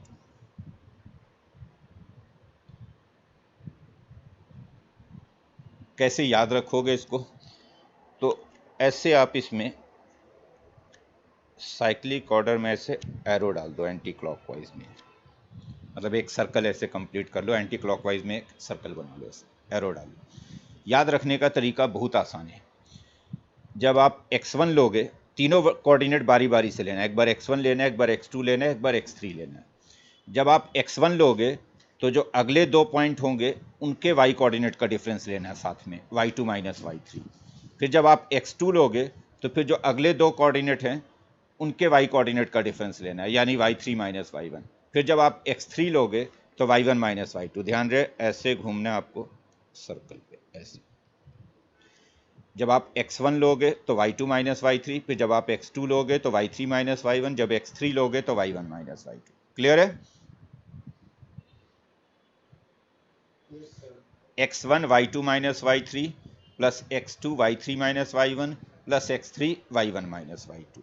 ये area of triangle का formula होता है। साथ में half लगेगा, मॉड साइन लगेगा। मॉड लगाना इसलिए ना भूलें कि ये क्वांटिटी जो मॉडुलस के अंदर लिखी हुई है वो नेगेटिव भी आ सकती है। एरिया आपको हमेशा पॉजिटिव लिखना होगा, तो सिर्फ नेगेटिव को पॉजिटिव बनाने के लिए ये मॉड साथ में लगाया जाता है। क्लियर? या एरिया ऑफ ट्रायंगल को हम दूसरे तरीके से भी लिखते हैं, आप दोनों में से किसी भी मेथड से निकालोगे आंसर सेम आएगा, उससे कोई फर्क नहीं पड़ता कि आप कौन सा फॉर्मूला यूज करें। एक दूसरा तरीका एरिया ऑफ ट्रायंगल लिखने का ये है, हाफ, ऐसे दो वर्टिकल लाइन डालोगे और इसके अंदर पहले लिखोगे x1 y1, फिर x2 y2, फिर x3 y3 और वापस फिर x1 y1, x1 y1, x2 y2, x3 y3 और फिर वापस x1 y1। अब इसको खोलेंगे कैसे? तो इसको ऐसे मल्टीप्लाई करेंगे, x1 y2, x2 y3, x3 y1, यानी लिखेंगे half x1 y2 plus x2 y3 plus x3 y1। ये तीन तो प्लस साइन के साथ लिखेंगे, x1 y2, x2 y3, x3 y1। और 3 अब इधर से मल्टीप्लाई करेंगे ऐसे, और इनको माइनस में लिखेंगे, माइनस करके x2y1 plus x3y2 plus x1y3। दो ब्रैकेट लिखना है, एक ब्रैकेट के अंदर 3 टर्म प्लस साइन के साथ, फिर दूसरे ब्रैकेट के अंदर 3 टर्म प्लस साइन के साथ, बीच में माइनस साइन। याद रखना आसान है, जो पहले 3 लिखोगे ऊपर से नीचे की तरफ मल्टीप्लाई करके, वो पहले ब्रैकेट में आएगा x1y2 x2y3 x3y1, जो मैंने ब्लैक वाला एरो डाला हुआ है वो पहले ब्रैकेट में आएगा। x1y2 x1 को y2 से मल्टीप्लाई करना है, फिर x2 को y3 से मल्टीप्लाई करना है, x3 को y1 से मल्टीप्लाई, ये 3 पहले ब्रैकेट में आएंगे। और फिर जो रेड वाले मैंने एरो डाले हुए नीचे से ऊपर की तरफ, वो अगले ब्रैकेट में आएंगे माइनस के बाद। माइनस के बाद आएंगे x2y1 x3y2 x1y3। याद रहेगा ये? Yes sir. दोनों से आंसर सेम आएगा। आप चाहे ऊपर वाला फॉर्मूला लगा लो जो मैंने पहले लिखा है, या ये वाला फॉर्मूला लगा लो, आंसर दोनों से सेम ही आना है। हाँ बोलिए रूपन। दोनों एक ही चीज है, अगर आप दोनों, वही तो बोल रहा, दोनों को खोल के आंसर सेम ही आना, चाहे उससे लिखो या इससे लिखो, इससे कोई फर्क नहीं पड़ने वाला। ठीक है, ये साइड लाइन फाइंड आउट करके भी निकाल सकते वो लेंदी हो जाएगा, उसका नहीं। क्लियर है ये सभी को? अगर किसी ट्रायंगल का एरिया 0 आ जाए तो इसका मतलब है कि फिर जो 3 पॉइंट गिवन है आपको, वो ट्रायंगल फॉर्म नहीं कर रहे हैं। ट्रायंगल फॉर्म नहीं कर रहे हैं इसका मतलब है कि वो तीनों पॉइंट कोलिनियर हैं, एक ही लाइन पे हैं। तो जब भी 3 पॉइंट कोलिनियर होंगे तो उनसे जो ट्रायंगल बनेगा उसका एरिया 0 होगा। तो लिख लीजिए,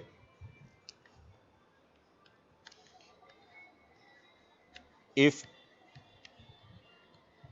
triangle formed by x1 y1 x2 y2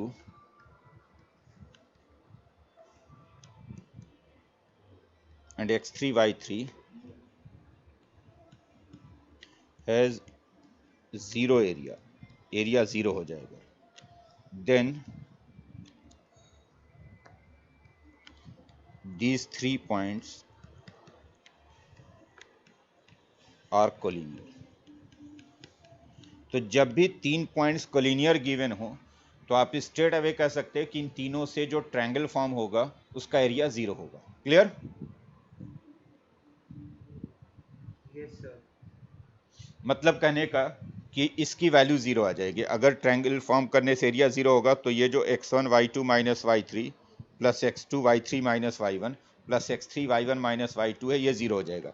तो आप सीधा ये भी कह सकते हो कि अगर 3 पॉइंट कोलिनियर हैं x1 y1 x2 y2 x3 y3, तो फिर ये जो होगा x1 y2 minus y3 plus x2 y3 minus y1 plus x3 y1 minus y2, ये 0 हो जाएगा।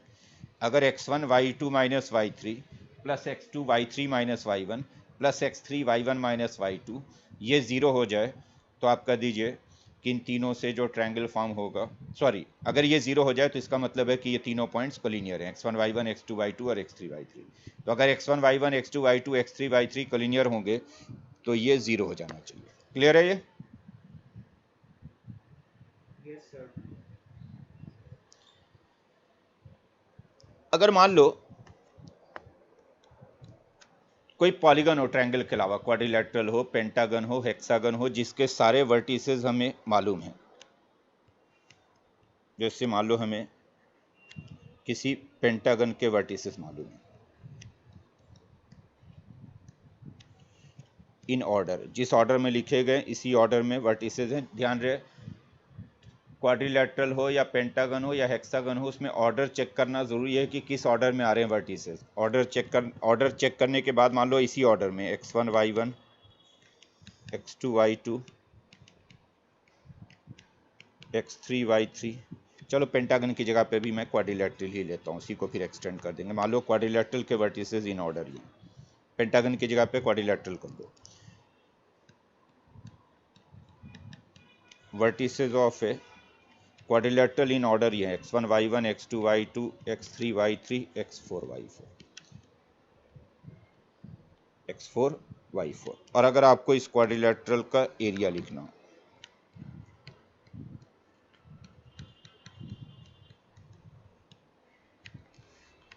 तो भी हम यही लिखेंगे, हाफ, ज़रूरत नहीं है एक ही फॉर्मूले से हो जाएगा। वैसे ही दो वर्टिकल लाइन डालेंगे ऐसे, उसके अंदर पहले ये चारों पॉइंट लिख देंगे x1 y1 x2 y2 x3 y3 x4 y4, और चारों लिखने के बाद वापस फिर लास्ट में x1 y1 लिख x1 y1 x2 y2 x3 y3 x4 y4 और x1 y1। और वैसे ही जब इसको इधर से पहले मल्टीप्लाई करेंगे, ये x1 y2, फिर ये मल्टीप्लाई करेंगे x2 y3, फिर ये मल्टीप्लाई करेंगे x3 y4, ये मल्टीप्लाई करेंगे x4 y। ये चार टर्म पहले ब्रैकेट में आएंगे प्लस साइन के साथ, और उसके बाद इधर से मल्टीप्लाई करेंगे x2 y1 x3 y2 x4 y3 x, ये चार आएंगे माइनस के बाद दूसरे ब्रैकेट में। यानी अगर इसको खोल के लिखूं तो ऐसे आएगा, ये हाफ मॉड, पहले ब्रैकेट में पहले चार आ जाएंगे x1 y2 plus x2 y3 plus x3 y4 plus x4 y1, और फिर माइनस साइन के साथ दूसरे ब्रैकेट में चार आ जाएंगे x2 y1 plus x3 y2 plus x4 y3 plus x1 y4। Clear? बोलो क्लियर है ये? Yes sir. ऐसे ही आप पेंटागन का भी लिख सकते हैं, ऐसे ही हेक्सागन का भी लिख सकते हैं। जैसे पेंटागन होगा तो पहले पांचों पॉइंट लिख देंगे x1 y1 x2 y2 x3 y3 x4 y5 y4 x5 y5, और बाद में फिर से वापस x1 y1 लिख देंगे, लास्ट में फिर से x1 y1 लिख देना है। क्लियर है? अगर पेंटागन होगा तो पहले 5 पॉइंट लिखोगे x1 y1 x2 y2 x3 y3 x4 y4 x5 y5, और वापस फिर से x1 y1। मैं आपको एग्जाम्पल से समझाता हूं, मैं 2-3 एग्जाम्पल ऐसे देता हूं। जैसे ये मान लो हमारा कोई ट्रायंगल है ABC से, A का कोऑर्डिनेट से 1, -2 है, B का कोऑर्डिनेट से -2, 3 है, C का कोऑर्डिनेट से 3, 4 है, और मुझे इस ट्रायंगल का एरिया लिखना है, एरिया ऑफ ट्रायंगल ABC। तो लिखेंगे हाफ, ऐसे दो वर्टिकल लाइन डालेंगे, पहले तीनों पॉइंट लिखेंगे 1, -2 -2, 3 3, 4, और फिर वापस 1, -2। जहाँ से शुरू करना है वापस वहीं पे ख़त्म करना है, 1, -2 -2, 3 3, 4, और फिर से 1, -2। अब ये हो गया हाफ मॉड। पहले ये 3 मल्टीप्लाई करोगे प्लस साइन के साथ, कौन से 3? ऊपर से नीचे ऐसे। तो पहले ब्रैकेट में ये 3 आएंगे, कौन कौन सा आएगा पहले ब्रैकेट में? 1 × 3 यानी 3 हो गया, -2 × 4 -8 हो गया, 3 × -2 -6 हो गया। तो पहले ब्रैकेट में ये 3 आएंगे, 1 × 3 -2 × 4 3 × -2, और फिर माइनस करके दूसरे ब्रैकेट में ये 3 आएंगे जो रेड वाले लिख रहा हूँ, ये और ये। तो माइनस करके दूसरे ब्रैकेट में आएगा -2 × -2 यानी 4, 3 × 3 9, 1 × 4 4। क्लियर हुआ ये? Yes sir. पहले ब्रैकेट में 3 आएंगे, 1 × 3 -2 × 4 3 × -2, 1 × 3 -2 × 4 3 × -2। अगले ब्रैकेट में 3 आएंगे, -2 × -2 3 × 3 1 × 4। और अब ये हो गया हाफ, 3 - 14 -11, और ये हो गया 4 4 8 -17। तो ये हो गया हाफ मॉड -28। इसीलिए मॉड लगाना ज़रूरी है, क्योंकि एरिया को हमेशा पॉजिटिव लिखना है। हो सकता है कि अंदर नेगेटिव आ जाए, तो आपको मॉड इसलिए लगाते हैं कि अगर नेगेटिव आ भी गया तो हम उसको पॉजिटिव बना के लिखेंगे। यानी जब एरिया लिखेंगे तो हाफ × 28 लिखेंगे, -28 का मॉड +28 हो जाएगा। तो एरिया इस ट्रायंगल का 14 है, 14 स्क्वायर यूनिट्स। क्लियर? बोलो क्लियर है ये? Yes, sir.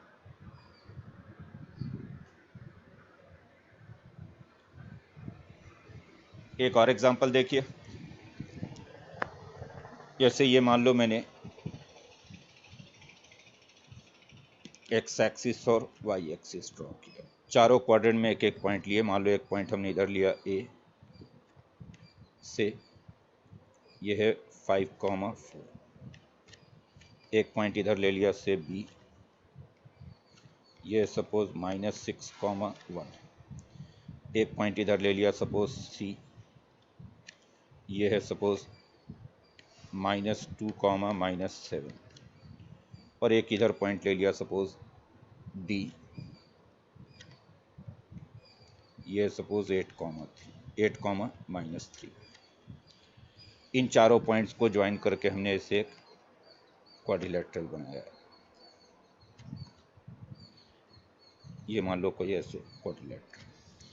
अगर आपसे इस क्वाड्रिलेटरल का एरिया पूछा गया, area of quadrilateral ABCD, order maintain करना ज़रूरी है। जैसे अगर आप ए से शुरू कर रहे हो तो फिर बी लिखोगे, फिर सी लिखोगे, फिर डी लिखोगे और वापस फिर ए लिखोगे। तो कैसे लिखोगे? हाफ, ऐसे 2 वर्टिकल लाइन डालोगे।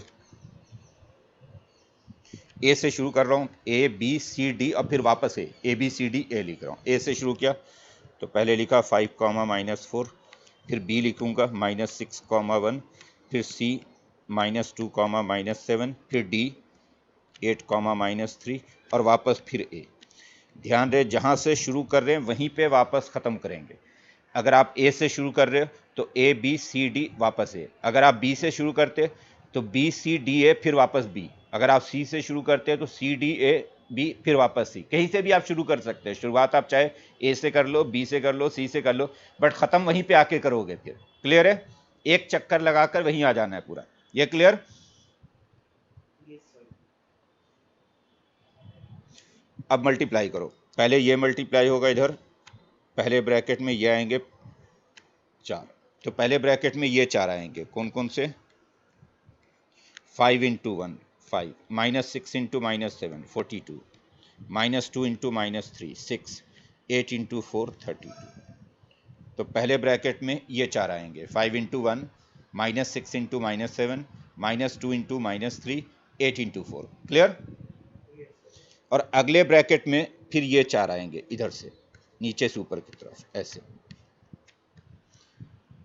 तो अगले ब्रैकेट में माइनस साइन डाल के आएंगे, -6 × -4 24, -2 × 1 -2, 8 × -7 56,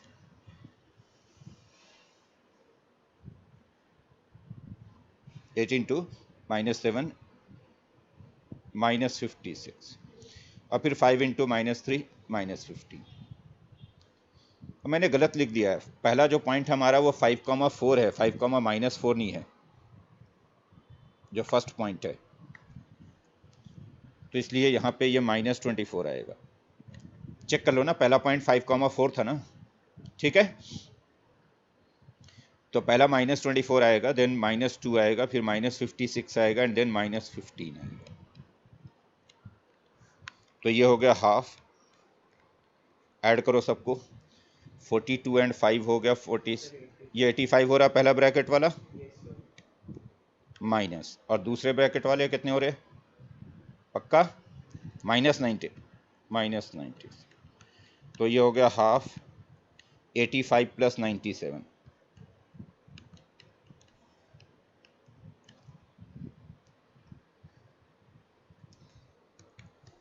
हाफ 182। तो एरिया हो गया 91 स्क्वायर।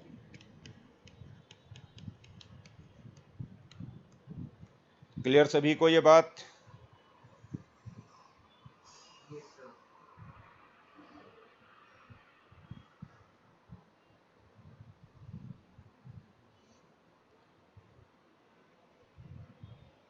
ये तो ऐसे ही अगर पेंटागन होगा तो यही फॉर्मूला लग जाएगा, बस 5 पॉइंट लेंगे। जैसे पेंटागन होता है A B C D E, तो अगर मैं ए से शुरू करता तो पहले ए वाले कोऑर्डिनेट, फिर बी वाले, फिर सी वाले, फिर डी वाले, फिर ई वाले, एंड देन वापस फिर से ए में। ए से शुरू करना है, एक चक्कर लगाकर पूरा घूम करके वापस ए पे ही आ जाना है। क्लियर है? अगर कोलिनियर का कंडीशन है, कोलिनियर की कोई प्रॉब्लम है, तो वो भी एरिया ऑफ ट्रायंगल से ही सॉल्व करना है। जैसे ये क्वेश्चन लिखिए, लिखो क्वेश्चन।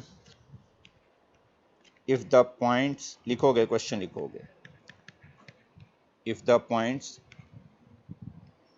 x, 3,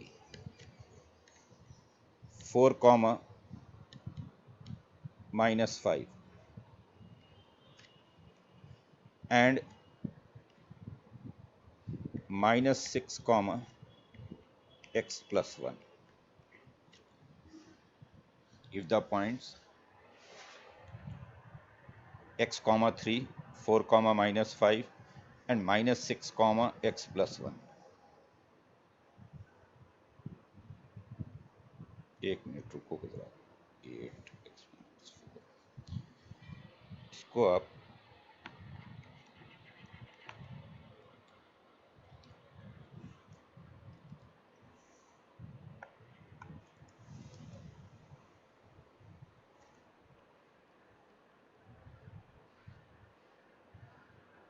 इसको -6x, 1 करो।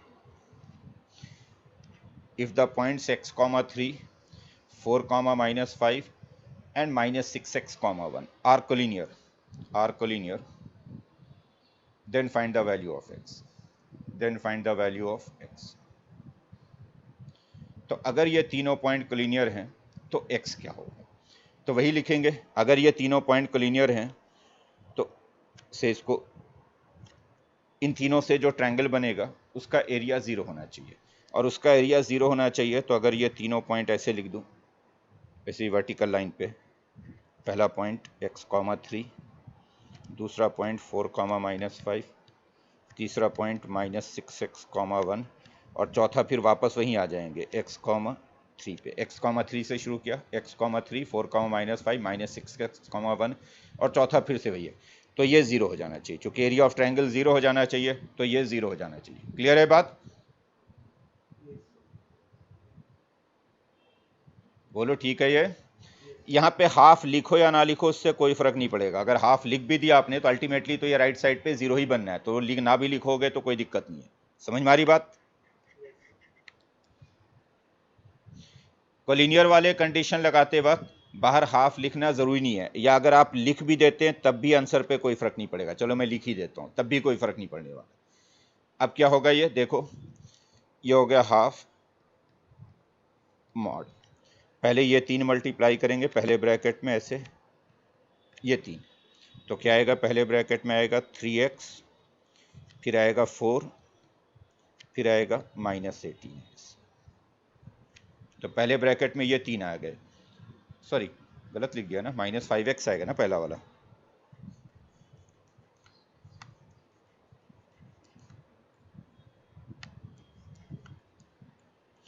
पहला आएगा -5x + 4 -18 and then minus sign लिखकर ये 3 लेंगे नीचे से ऊपर की तरफ, ये 3 ऐसे।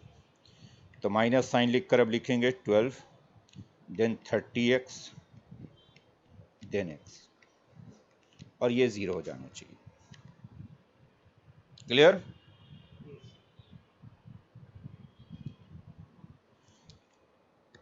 ये हो गया हाफ, अंदर देखो हो गया -23x + 4, और दूसरे ब्रैकेट में आ गया -12 -31x, 0।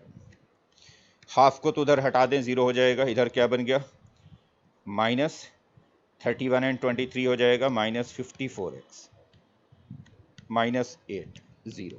क्लियर? तो आ गया इससे, और जब मॉड 0 है तो फिर मॉड के अंदर वाली क्वांटिटी भी 0 होनी चाहिए, -54x -8 0 होना चाहिए। तो इससे x आ जाएगा -8/54, -8/54, यानी कितना हो गया ये, -4/27। तो अगर ये तीनों पॉइंट कोलिनियर है तो x होगा -4/27। क्लियर? yes sir.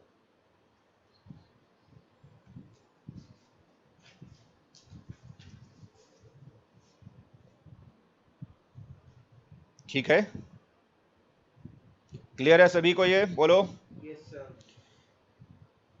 अगर मैं मान लो कोलिनियर ना बोलकर ये कहता, अगर मैं क्वेश्चन बदल रहा हूं, अगर मैं कहता कि ये जो 3 पॉइंट हैं, इन तीनों पॉइंट्स से जो ट्रायंगल बन रहा है उस ट्रायंगल का एरिया मैं बोल देता कि सपोज 4 है, या एरिया सपोज मैं बोल देता कि 3 है।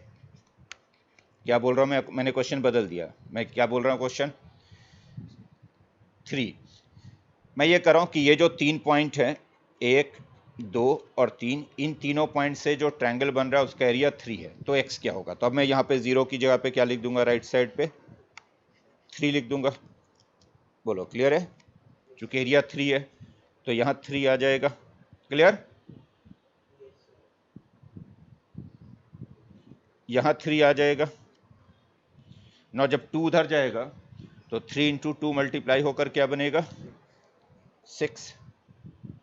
ठीक? Yes sir.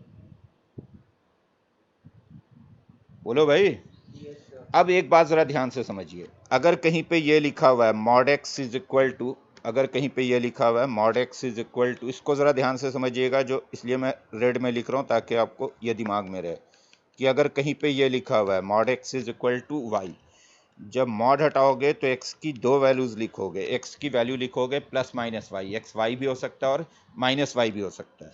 जैसे अगर कहीं पे लिखा हुआ है mod x is equal to 9, तो फिर x की दो वैल्यूज होंगी, x प्लस माइनस 9 होगा, x 9 भी हो सकता है और माइनस 9 भी हो सकता है। क्लियर है ये? Yes sir.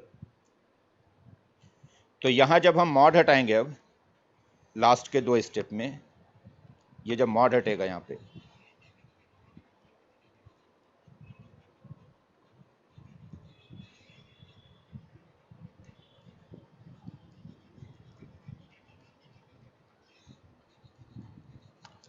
तो जब मॉड हटाएंगे हम यहां पे तो -54x माइनस 8, इसको प्लस माइनस 6 लिखेंगे। ये ध्यान रखिएगा कि जब भी मॉड हटाओगे तो दोनों साइन लिखोगे, प्लस भी लिखोगे और माइनस भी लिखोगे। याद रहेगा ये?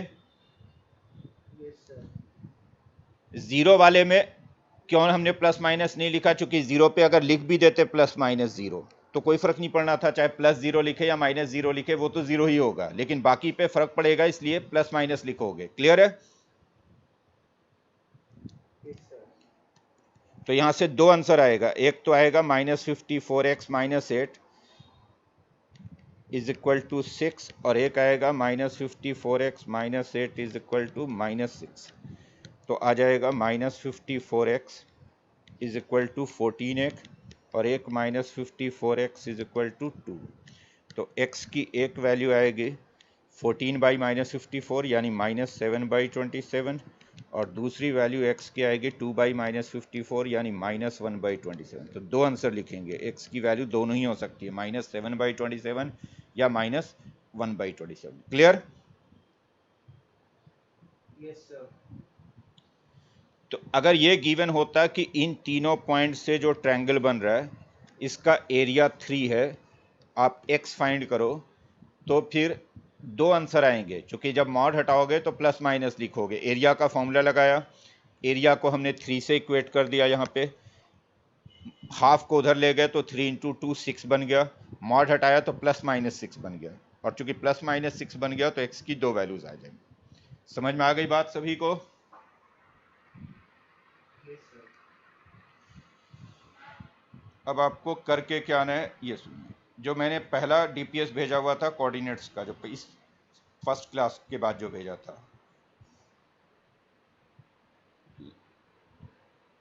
जिसमें नेक्स्ट अब हम बात करेंगे लोकस की।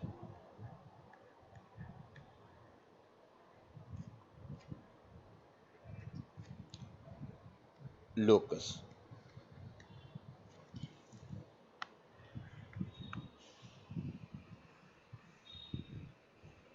तो लोकस का मतलब क्या? अगर कोई पॉइंट मूव कर रहा हो, वेरिएबल पॉइंट है, फिक्स नहीं है, चल रहा है, बट रैंडमली नहीं चल रहा, उसके चलने पे हमने कुछ कंडीशंस लगाई हुई है, किसी सर्टेन ज्योमेट्रिकल कंडीशन को सेटिस्फाई करता हुआ पॉइंट मूव कर रहा है। तो पॉइंट जिस पाथ पे मूव करेगा, जो उसका रास्ता होगा, जिस रास्ते पे वो पॉइंट चल रहा होगा, वो रास्ता उसका लोकस कहलाएगा। लोकस का अगर लिटरल मीनिंग भी हम देखें तो पाथ होता है, जो रास्ता होगा। जैसे मैं आपको एग्जांपल से समझाता हूं, मान लो ये कोई पॉइंट है P, ये चलना चाहता है, ये मूव करना चाहता है, बट हमने इसके चलने पे एक कंडीशन लगा दी। P को मैंने चलने के लिए फ्री छोड़ दिया, P मूव करना चाह रहा है, मैंने कहा ठीक है आप मूव कीजिए, लेकिन P के चलने पे मैंने एक कंडीशन लगा दिया कि इसको ऐसे मूव करना है कि इसका ओरिजिन से डिस्टेंस हमेशा 3 यूनिट होना चाहिए। ओरिजिन तो अपनी जगह पे फिक्स है, P मूव करेगा, कैसे मूव करेगा कि इसका ओरिजिन से डिस्टेंस हमेशा 3 बना रहे। तो बताओ P कैसे मूव करेगा, बोलो P कैसे मूव कर रहा होगा अगर इसका ओरिजिन से डिस्टेंस हमेशा 3 बना रहे तो? ऑब्वियसली P एक सर्कल पे घूमेगा जिसका सेंटर ओरिजिन पे होगा ऐसे। तो P ऐसे एक सर्कल पे घूमता रहेगा, इसी सर्कल पे। अब इस सर्कल पे चाहे कहीं पे भी चला जाए P, इसका ओरिजिन से डिस्टेंस हमेशा 3 बना रहेगा, किसी भी तरफ चला जाए। बोलो क्लियर है? यानी ये जो सर्कल हो गया, ये जो बाउंड्री हो गई सर्कल की, ये जो सर्कल हो गया, यही इसका लोकस हो गया। तो this circle is the locus of P। तो अगर P इस तरह से मूव कर रहा है कि इसका किसी पॉइंट से डिस्टेंस हमेशा 3 बना हुआ है, जैसे ओरिजिन से डिस्टेंस 3 बना हुआ है, तो ऑब्वियसली P एक सर्कल पे मूव करेगा, सर्कल का सेंटर यहाँ पे ओरिजिन पे है, रेडियस 3 है। ऐसे ही अगर मान लो एक कोई दूसरा पॉइंट है से P, ये मूव करना चाहता है, चलना चाहता है, मैंने इसके चलने पे एक रिस्ट्रिक्शन लगा दी कि इसको ऐसे चलना है कि जितना डिस्टेंस इसका A से रहे उतना ही डिस्टेंस B से रहे, यानी ये दोनों डिस्टेंसेस सेम होने चाहिए, PA और PB। A और B अपनी जगह पे फिक्स है, A और B नहीं मूव कर रहे हैं, ये फिक्स्ड पॉइंट है। P वेरिएबल पॉइंट है, वेरिएबल पॉइंट कहते हैं जो पॉइंट फिक्स नहीं है, जो मूव कर रहा है। जिस प्लेन में A और B है उसी प्लेन में P है। यहाँ पे हम ध्यान रहे 2 डायमेंशन ज्योमेट्री पढ़ रहे हैं, 2 डायमेंशन कोऑर्डिनेट सिस्टम, तो हम एक ही प्लेन में रहते हैं, प्लेन से हटते नहीं है। जैसे मेरे लिए प्लेन मेरे लैपटॉप का स्क्रीन है, आपके लिए प्लेन आपका कॉपी का नोटबुक का पेज है जिस पे आप लिख रहे हो। तो ये सारे पॉइंट एक ही प्लेन में है, मूव प्लेन से हट नहीं रहे, मतलब ऐसे नहीं कि हवा पे उड़ने लगेंगे। मेरे लिए जो पॉइंट मूव करेगा मेरे लैपटॉप के स्क्रीन पे ही मूव करेगा, आपके लिए जो पॉइंट मूव करेगा वो आपके पेज पे ही मूव करेगा। तो 3 डायमेंशन में नहीं जा रहा है, 2 डायमेंशन में ही मूव कर रहा है, पॉइंट एक ही प्लेन में रह रहा है। तो अगर P पॉइंट इस तरह से मूव कर रहा है कि जितना डिस्टेंस उसका A से है उतना ही डिस्टेंस B से, ये दोनों डिस्टेंसेस इक्वल होने चाहिए। A और B फिक्स्ड है, P वेरिएबल पॉइंट है, बट इसके चलने पे मैंने एक कंडीशन लगाई कि it should be equi distant from A and B। तो कैसे मूव करेगा P? तो चूंकि मैं कर रहा हूं कि P A और B से इक्वी डिस्टेंट है, तो P एक्चुअली मूव करेगा AB के परपेंडिकुलर बाइसेक्टर पे, एक लाइन पे मूव करेगा, ऐसे इस ब्लैक वाली लाइन पे। और ये जो ब्लैक वाला लाइन है ये AB के परपेंडिकुलर है, साथ में AB को बाइसेक्ट भी कर रहा है। यानी अगर इस पॉइंट को मैं D बोलूं तो जो D पॉइंट है वो AB का मिडिल पॉइंट है। तो देखो अगर मैं P को कहीं पे भी ले लूं इस ब्लैक वाले लाइन पे, दोनों ट्रायंगल जो बनेंगे, ट्रायंगल PAD और PBD, ये कॉन्ग्रुएंट ट्रायंगल बनेंगे। आप देख सकते हो कि जो ट्रायंगल PAD होगा ये हमेशा कॉन्ग्रुएंट होगा ट्रायंगल PBD से। क्यों? RHS से, चूंकि ये राइट एंगल है, हाइपोटेन्यूज आप इक्वल बोल ही रहे, PA और PB इक्वल है, ठीक है, और कॉमन साइड PD हो ही गया। तो अगर इस परपेंडिकुलर बाइसेक्टर पे आप कहीं पे भी पॉइंट लोगे तो PA और PB, वैसे ये साइड भी चूंकि परपेंडिकुलर बाइसेक्टर है तो ये भी इक्वल हो गया, AD और BD भी इक्वल हो गया। बोलो क्लियर है?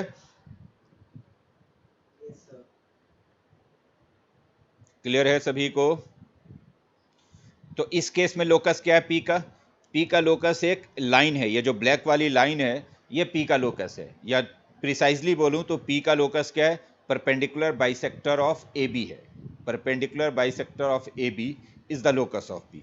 तो जब कभी भी पॉइंट पी किसी सर्टेन कंडीशन को मूव करता हुआ चलेगा, तो वो जिस रास्ते पे चल रहा होगा वो रास्ता उसका लोकस कहलाएगा। जैसे पहले केस में पी का लोकस एक सर्कल था, ये एक सर्कल पे मूव करेगा। दूसरे केस में पी का लोकस एक लाइन है, रास्ता स्ट्रेट लाइन भी हो सकता है या कोई कर्व भी हो सकता है, किसी भी तरह का कर्व हो सकता है, क्योंकि वो डिपेंड करेगा कि पॉइंट कैसे मूव कर रहा है। तो लिख लीजिए पहले लोकस का डिफिनेशन लिख लो।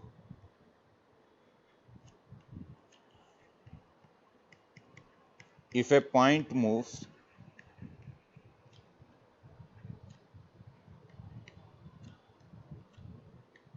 under a certain geometrical condition,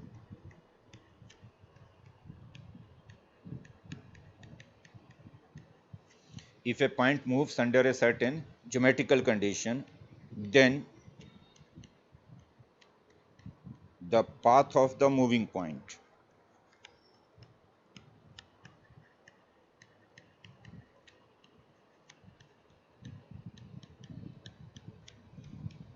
is known as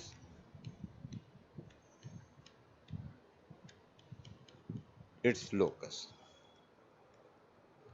तो जो मूविंग पॉइंट का पाथ होगा, जिस रास्ते पे वो चल रहा होगा, वो रास्ता उसका लोकस कहलाता है। ये क्लियर है सभी को ये बात? Yes sir. अब हर एक लोकस का अपना एक इक्वेशन होता है एक्स और वाई में। जो मूविंग पॉइंट है उसके कोऑर्डिनेट्स को अगर मैं एक्स और वाई बोल दूं, जब भी हमें किसी पॉइंट का लोकस निकालना होगा तो मैं उस पॉइंट के कोऑर्डिनेट्स को एक्स और वाई बोल दूंगा, जिसका भी लोकस निकालना है। जैसे मुझे पी का लोकस निकालना है तो मैं पी कह दूंगा, पॉइंट एक्स और वाई है। और फिर ये देखेंगे कि ये किस कंडीशन के हिसाब से मूव कर रहा है। जिस कंडीशन के हिसाब से मूव कर रहा है उस कंडीशन को हम पी पे अप्लाई करेंगे, तो अपने आप ही हमें एक इक्वेशन मिलेगा एक्स और वाई में। जो इक्वेशन मिलेगा उसी को हम लोकस का इक्वेशन बोलेंगे। तो आपसे जो पूछा जाता है वो इक्वेशन ऑफ लोकस पूछा जाता है, यानी बोला जाएगा find the equation of the locus. ना भी बोला गया, अगर find the equation of the locus नहीं भी बोला गया, सिर्फ फाइंड द लोकस भी बोला गया, तब भी अंडरस्टूड होता है कि हमें इक्वेशन ऑफ लोकस लिखना है। और इक्वेशन ऑफ लोकस हम कैसे लिखते हैं? तो हम वेरिएबल पॉइंट को मान लेते हैं कि एक्स कॉमा वाई है, और फिर एक्स और वाई में रिलेशन बनाते हैं। जो रिलेशन बनेगा एक्स और वाई में वही पी का लोकस कहलाएगा। आपको एग्जाम्पल से बेहतर क्लियर होगा। जैसे लिखिए क्वेश्चन, लोकस का इक्वेशन कैसे लिखना है, लिखिए क्वेश्चन।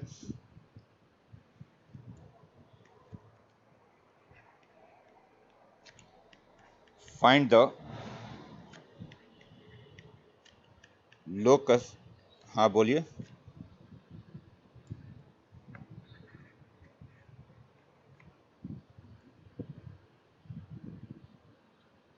कहाँ तक? नोट कर लो, जल्दी नोट कर लो। सिर्फ डेफिनेशन नोट कर लो कि if a point moves under a certain geometrical condition, then the path of the moving point is known as its locus। clear?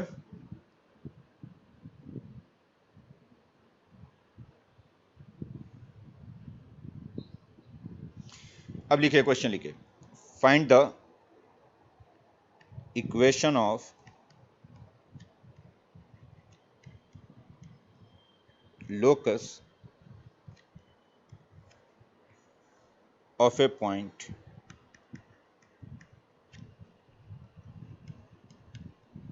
which moves in such a way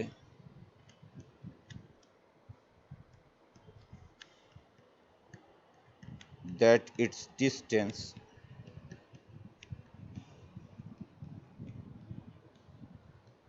from the point 1 comma minus 2 is always 3, is always 3। Question सुनिए मैं क्या बोल रहा हूं। एक point है जो इस तरह से मूव करेगा कि इसका डिस्टेंस 1 कॉमा माइनस 2 से हमेशा 3 है। कोई पॉइंट है जो चल रहा है, कैसे चल रहा है? इसका डिस्टेंस 1 कॉमा माइनस 2 से ऑलवेज 3 है।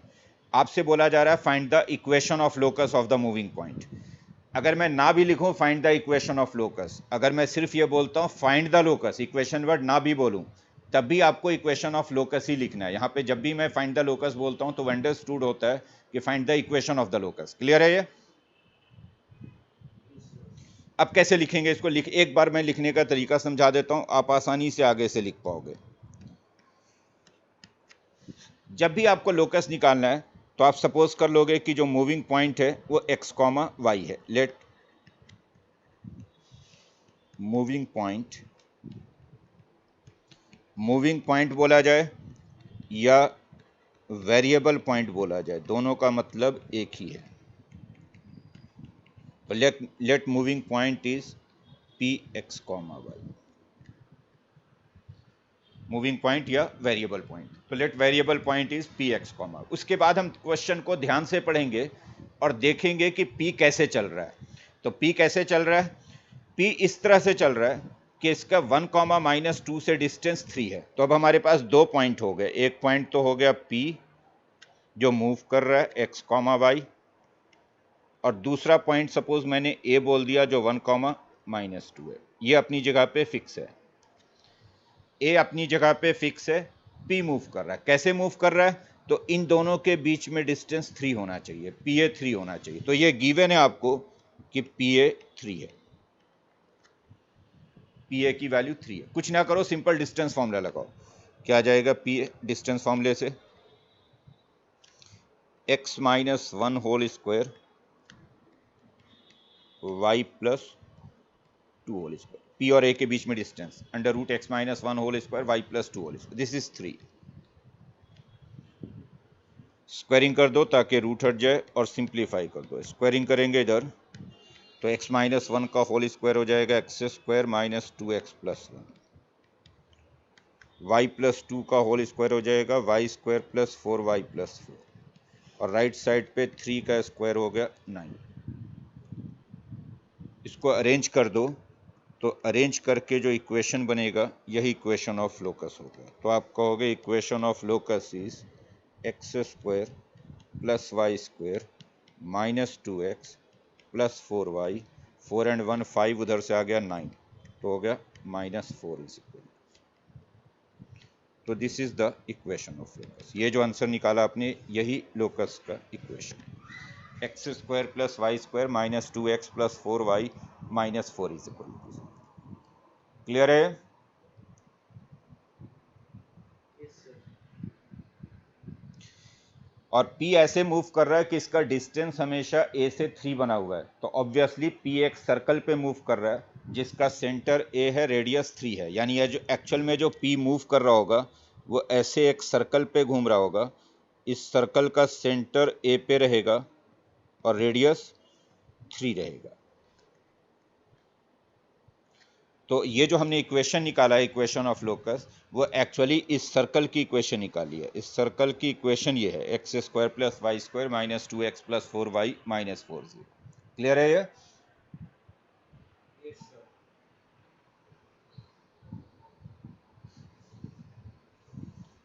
तो कुछ नहीं करना, बहुत आसान है लोकस निकालना। इसमें बिल्कुल भी डरने या परेशान होने वाली कोई बात नहीं है। आपको क्या करना है, सबसे पहले एज्यूम करना है कि suppose the moving point is P x comma y. अब मैं पी बोल रहा हूँ तो आप ये मत समझ लोगे कि पी ही नाम देना, आप इसका नाम कुछ भी दे दो, क्यू दे दो, आर दे दो, एस दे दो, वो आपकी मर्जी है। यूजुअली हम पी बोलते हैं तो मैंने पी बोल दिया, P x comma Y.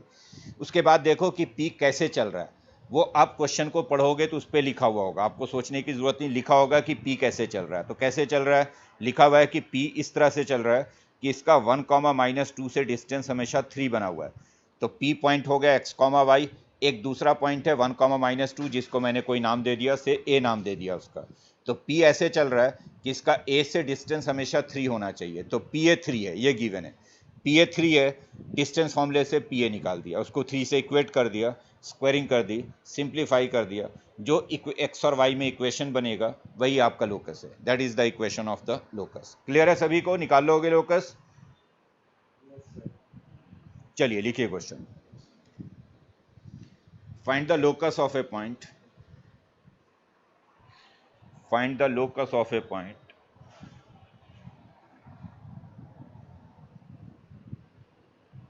which is moving in such a way, which is moving in such a way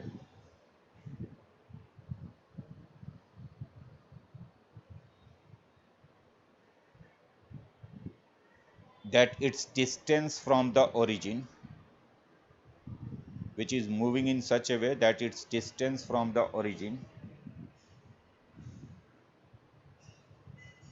is always equal to 4, is always equal to 4. कोई पॉइंट है, वेरिएबल पॉइंट, जो ऐसे मूव कर रहा है कि इसका ओरिजिन से डिस्टेंस 4 है। आप इस पॉइंट का लोकस फाइंड करें, find the equation of the locus. करोगे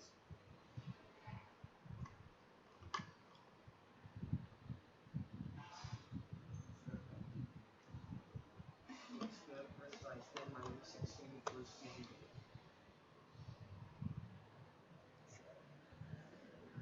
Done, sir. हो गया सभी से?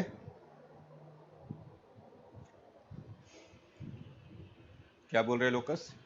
Sir, x square plus y square minus 16 equals to 0. ठीक है,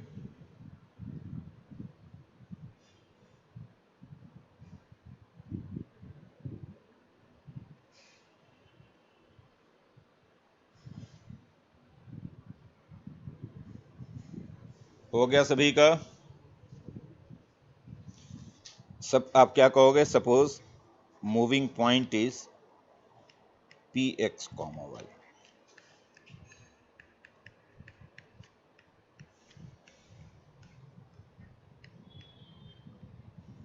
moving point is P x comma y. Now क्या गिवन है, कैसे मूव कर रहा है ये? तो ये इस तरह से मूव कर रहा है कि इसका ओरिजिन से डिस्टेंस हमेशा 4 है। ये P हो गया जो मूव कर रहा है, ये O हो गया जो ओरिजिन है, और दोनों के बीच में डिस्टेंस 4 होना चाहिए। P ऐसे मूव करेगा कि इसका ओरिजिन से डिस्टेंस हमेशा 4 है। मतलब आपको गिवन है कि OP डिस्टेंस 4 है। कुछ ना करें, सिंपल डिस्टेंस फॉर्मूला लगाएं। तो x कॉमा वाई का ओरिजिन से distance x minus 0 square x square, y minus 0 square y square, 4। Squaring कर दोगे तो लोकस आ जाएगा x square plus Y square is equal to 16। This is the equation of the locus. Locus बोलो या equation of locus बोलो, दोनों का मतलब एक ही है। क्लियर हो गया सभी को? Yes, sir. नेक्स्ट क्वेश्चन लिखिए। Find the locus of A point, find the locus of A point which is moving in such a way, which is moving in such a way that it is equidistant from the points, that it is equidistant from the points minus 1 comma 3 and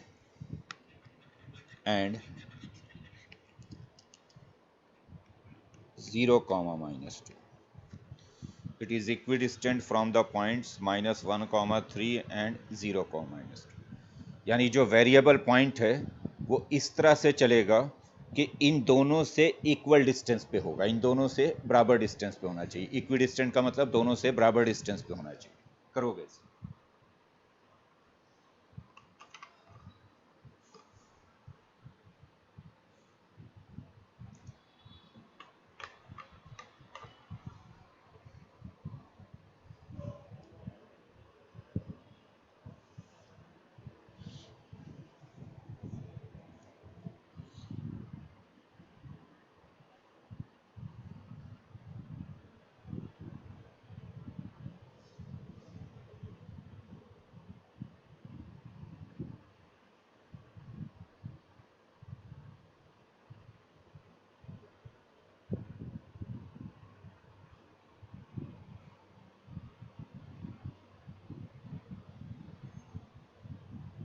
Done, sir. हो गया सभी का?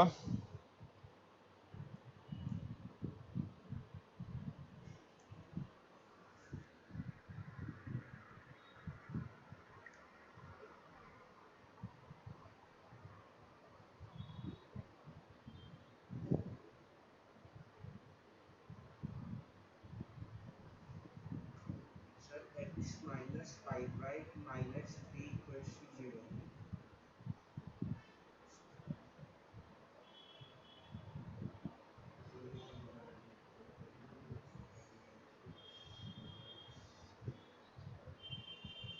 चलो देखते हैं। ये हमारे दो गिवन पॉइंट्स हैं, से इनका नाम मैंने ए और बी दे दिया। These two are given points.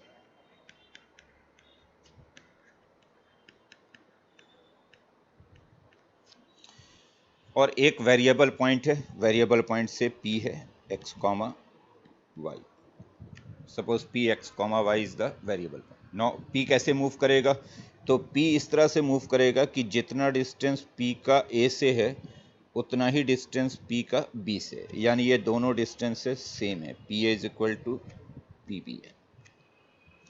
P is equidistant from A and B, ये गिवन है, मैं नहीं बोल रहा हूँ, क्वेश्चन पे लिखा होगा, आपको सोचने की भी जरूरत नहीं। तो the variable point is moving in such a way that it is equidistant from A and B. Means ये गिवन है कि P A is equal to P B है।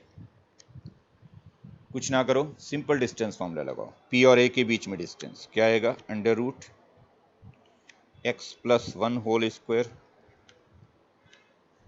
Y minus three whole square.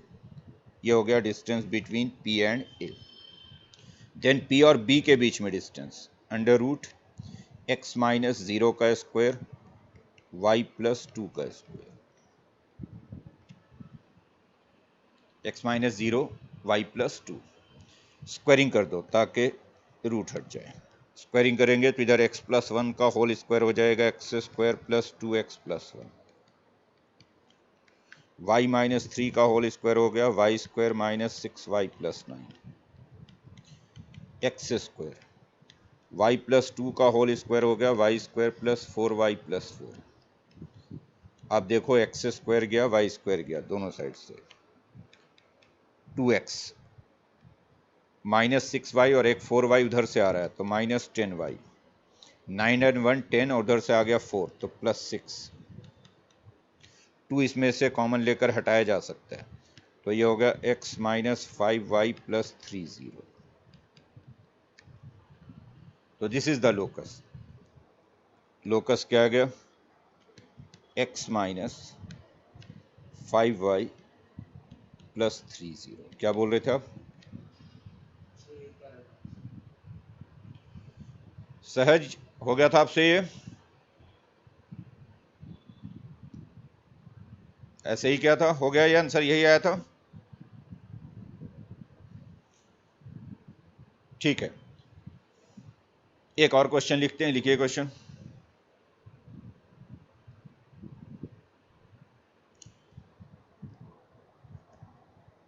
To vertices of a triangle,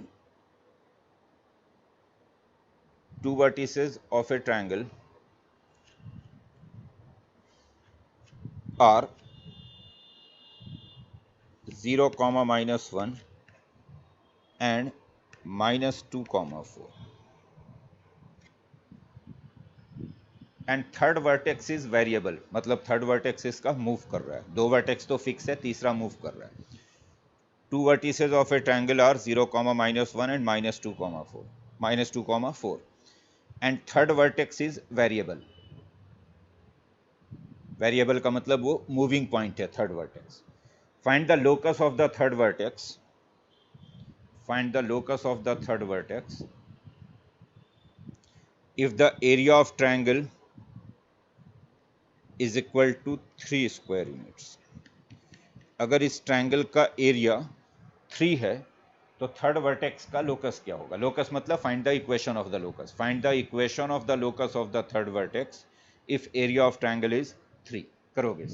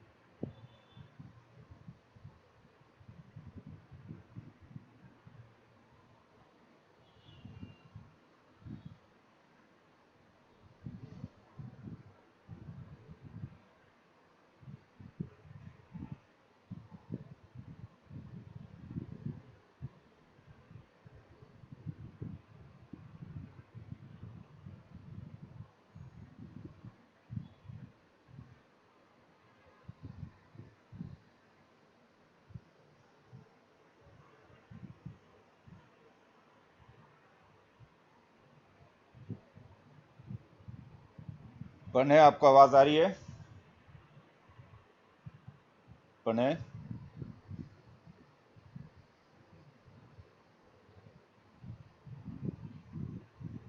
done sir. दो points बनेंगे points या locus? Sir. दो दो equation. Locus sir. एक बार बोलना। एक मिनट। प्रणय, आपको आवाज आ रही है?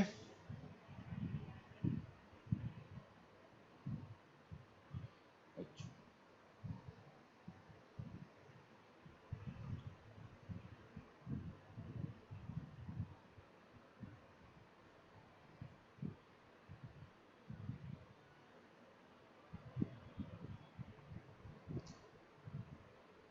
सहज ये वाला लेक्चर, सॉरी पिछला लेक्चर और ये लेक्चर क्लब करके मैं यूट्यूब पे डाल दूंगा। आप लेक्चर देख लोगे, चूंकि आपने पिछला लेक्चर मिस किया है, उसमें कुछ इंपॉर्टेंट चीज़ें थी, एक बार देख लोगे पूरा, ठीक है?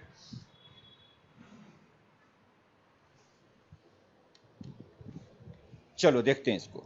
हमने कहा कि हमारे पास एक ट्रायंगल है, से इस ट्रायंगल का कुछ भी नाम दे दिया मैंने, ए बी सी। नाम में कुछ नहीं रखा है, आप जो नाम देना चाहिए, A B C, P Q R, जो भी मर्जी है। अब कहा गया कि इस ट्रायंगल के दो वर्टेक्स तो हमें पता है, एक वर्टेक्स है 0, -1, एक है -2, और जो तीसरा वर्टेक्स है वो वेरिएबल है। वेरिएबल मतलब मूविंग पॉइंट है। तो तीसरा वर्टेक्स हमने कह दिया x, y है। इसी का लोकस चाहिए, थर्ड वाले वर्टेक्स का लोकस चाहिए। ये फिक्स नहीं है, ये मूव कर रहा है। कैसे मूव कर रहा है? तो इस तरह से मूव कर रहा है कि इस ट्रायंगल का एरिया 3 रहना चाहिए। Area of triangle A B C 3 हो। सी मूव करता रहे बट एरिया ना बदले, एरिया हमेशा ट्रायंगल ए बी सी का 3 रहे। तो कैसे लिखेंगे हम? एरिया भी बताया था कैसे लिखते हैं, हाफ मॉड, ए से शुरू कर रहा हूँ, पहले 0, -1, फिर बी लिखा -2, 4, फिर सी लिखा XY, वापस ए लिख दिया 0, -1, and this area is equal to 3। 0, -1, -2, 4 XY and again 0, -1। क्या बनेगा अब ये जो हाफ है लेफ्ट साइड पे, उसको राइट पे शिफ्ट कर दूं तो 3 × 2 6 हो जाएगा। तो राइट पे तो 6 हो गया। मॉड के अंदर ये मल्टीप्लाई होगा 0, 4 से, -2 y से, और फिर x -1 से। पहले ब्रैकेट में ये 3 आएंगे, 0 × 4 यानी 0, -2 × y -2y, x × -1 -x। तो पहले ब्रैकेट में तो ये 3 माइनस, अगले ब्रैकेट में -2 × -1 x × 4 0 × y, -2 × -1 2 बन गया, x × 4 4x बन गया, और 0 × y 0 हो गया। And this is equal to 6। 6 इसलिए हो गया कि जो लेफ्ट साइड पे हाफ था उसको मैं राइट पे लेके चला गया हूँ, तो 3 × 2 6 हो गया। अब ये अगर अरेंज करूँ तो आएगा -x और -4x, -5x, देन आएगा -2y, और देन आएगा -2। This is equal to 6। Answer अगर आप यहाँ चाहे छोड़ना तो यहाँ भी छोड़ सकते हैं, या अगर आप मॉड हटा के लिखना चाहते हैं, आंसर कई तरीके से ये वाला लिखा जा सकता है, इसलिए ध्यान से समझिएगा। एक तो यहाँ पे आंसर छोड़ा जा सकता है, क्योंकि अगर ऑब्जेक्टिव में होगा तो किसी भी फॉर्म में आंसर दिया जा सकता है। आंसर इस फॉर्म में दिया जा सकता है ऑब्जेक्टिव में, या फिर ऐसा हो सकता है कि मैं मॉड हटा दूं, मॉड हटा दूं तो उधर +-6 हो जाएगा। मॉड जैसे ही हटेगा दूसरी तरफ +- दिखेगा। तो अब दो इक्वेशन मिलेगा, एक मिलेगा उधर लेके जा रहे हैं राइट साइड पे, तो एक मिलेगा 5x + 2y + 8 0, और एक मिलेगा 5x + 2y -4 0। जब हम +6 के साथ सॉल्व करेंगे तो 8 बनेगा, 6 + 2 -6 के साथ सॉल्व करेंगे तो ये भी आंसर लिखा जा सकता है। इनफैक्ट दो लोकस आएंगे, इनफैक्ट दो लीनियर इक्वेशन आ रही है, यानी दो लाइन आ रही है। तो जो पी पॉइंट, जो थर्ड वर्टेक्स है, वो इन दो लाइन पे मूव कर सकता है, पहले वाले लाइन पे या दूसरे वाले लाइन पे। कई बार अगर दो लोकस आए तो आंसर ऐसे भी लिखा जा सकता है कि जो दोनों लाइन है इनको एक साथ कंबाइंड करके ऐसे मल्टीप्लाई करके लिख दिया जा सकता है।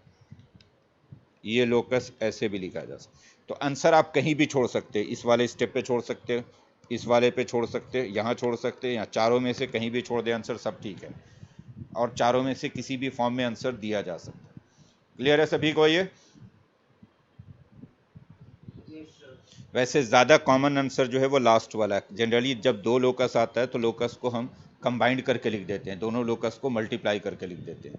5x plus 2y plus 8 0, 5x plus 2y minus 4 0, दोनों का प्रोडक्ट लिख दो। एक्चुअली जो इस केस में लोकस होगा वो दो लाइन है, जो थर्ड वर्टेक्स है वो इन दोनों में से किसी भी लाइन पे मूव कर सकता है, या तो पहली वाली लाइन पे या दूसरी वाली लाइन पे। क्लियर है सभी को? Yes, sir. अभी लोकस पूरा नहीं हुआ, नेक्स्ट क्लास में भी हम लोकस को कंटिन्यू रखेंगे, लेकिन आप फिलहाल के लिए जो पहला वाला पीडीएफ है, जो कोऑर्डिनेट्स का जो बिल्कुल फर्स्ट पीडीएफ सेंड किया गया था, उसमें आप क्वेश्चन नंबर बताता हूँ मैं कहाँ तक अटेम्प्ट कर सकते हैं। Question number 43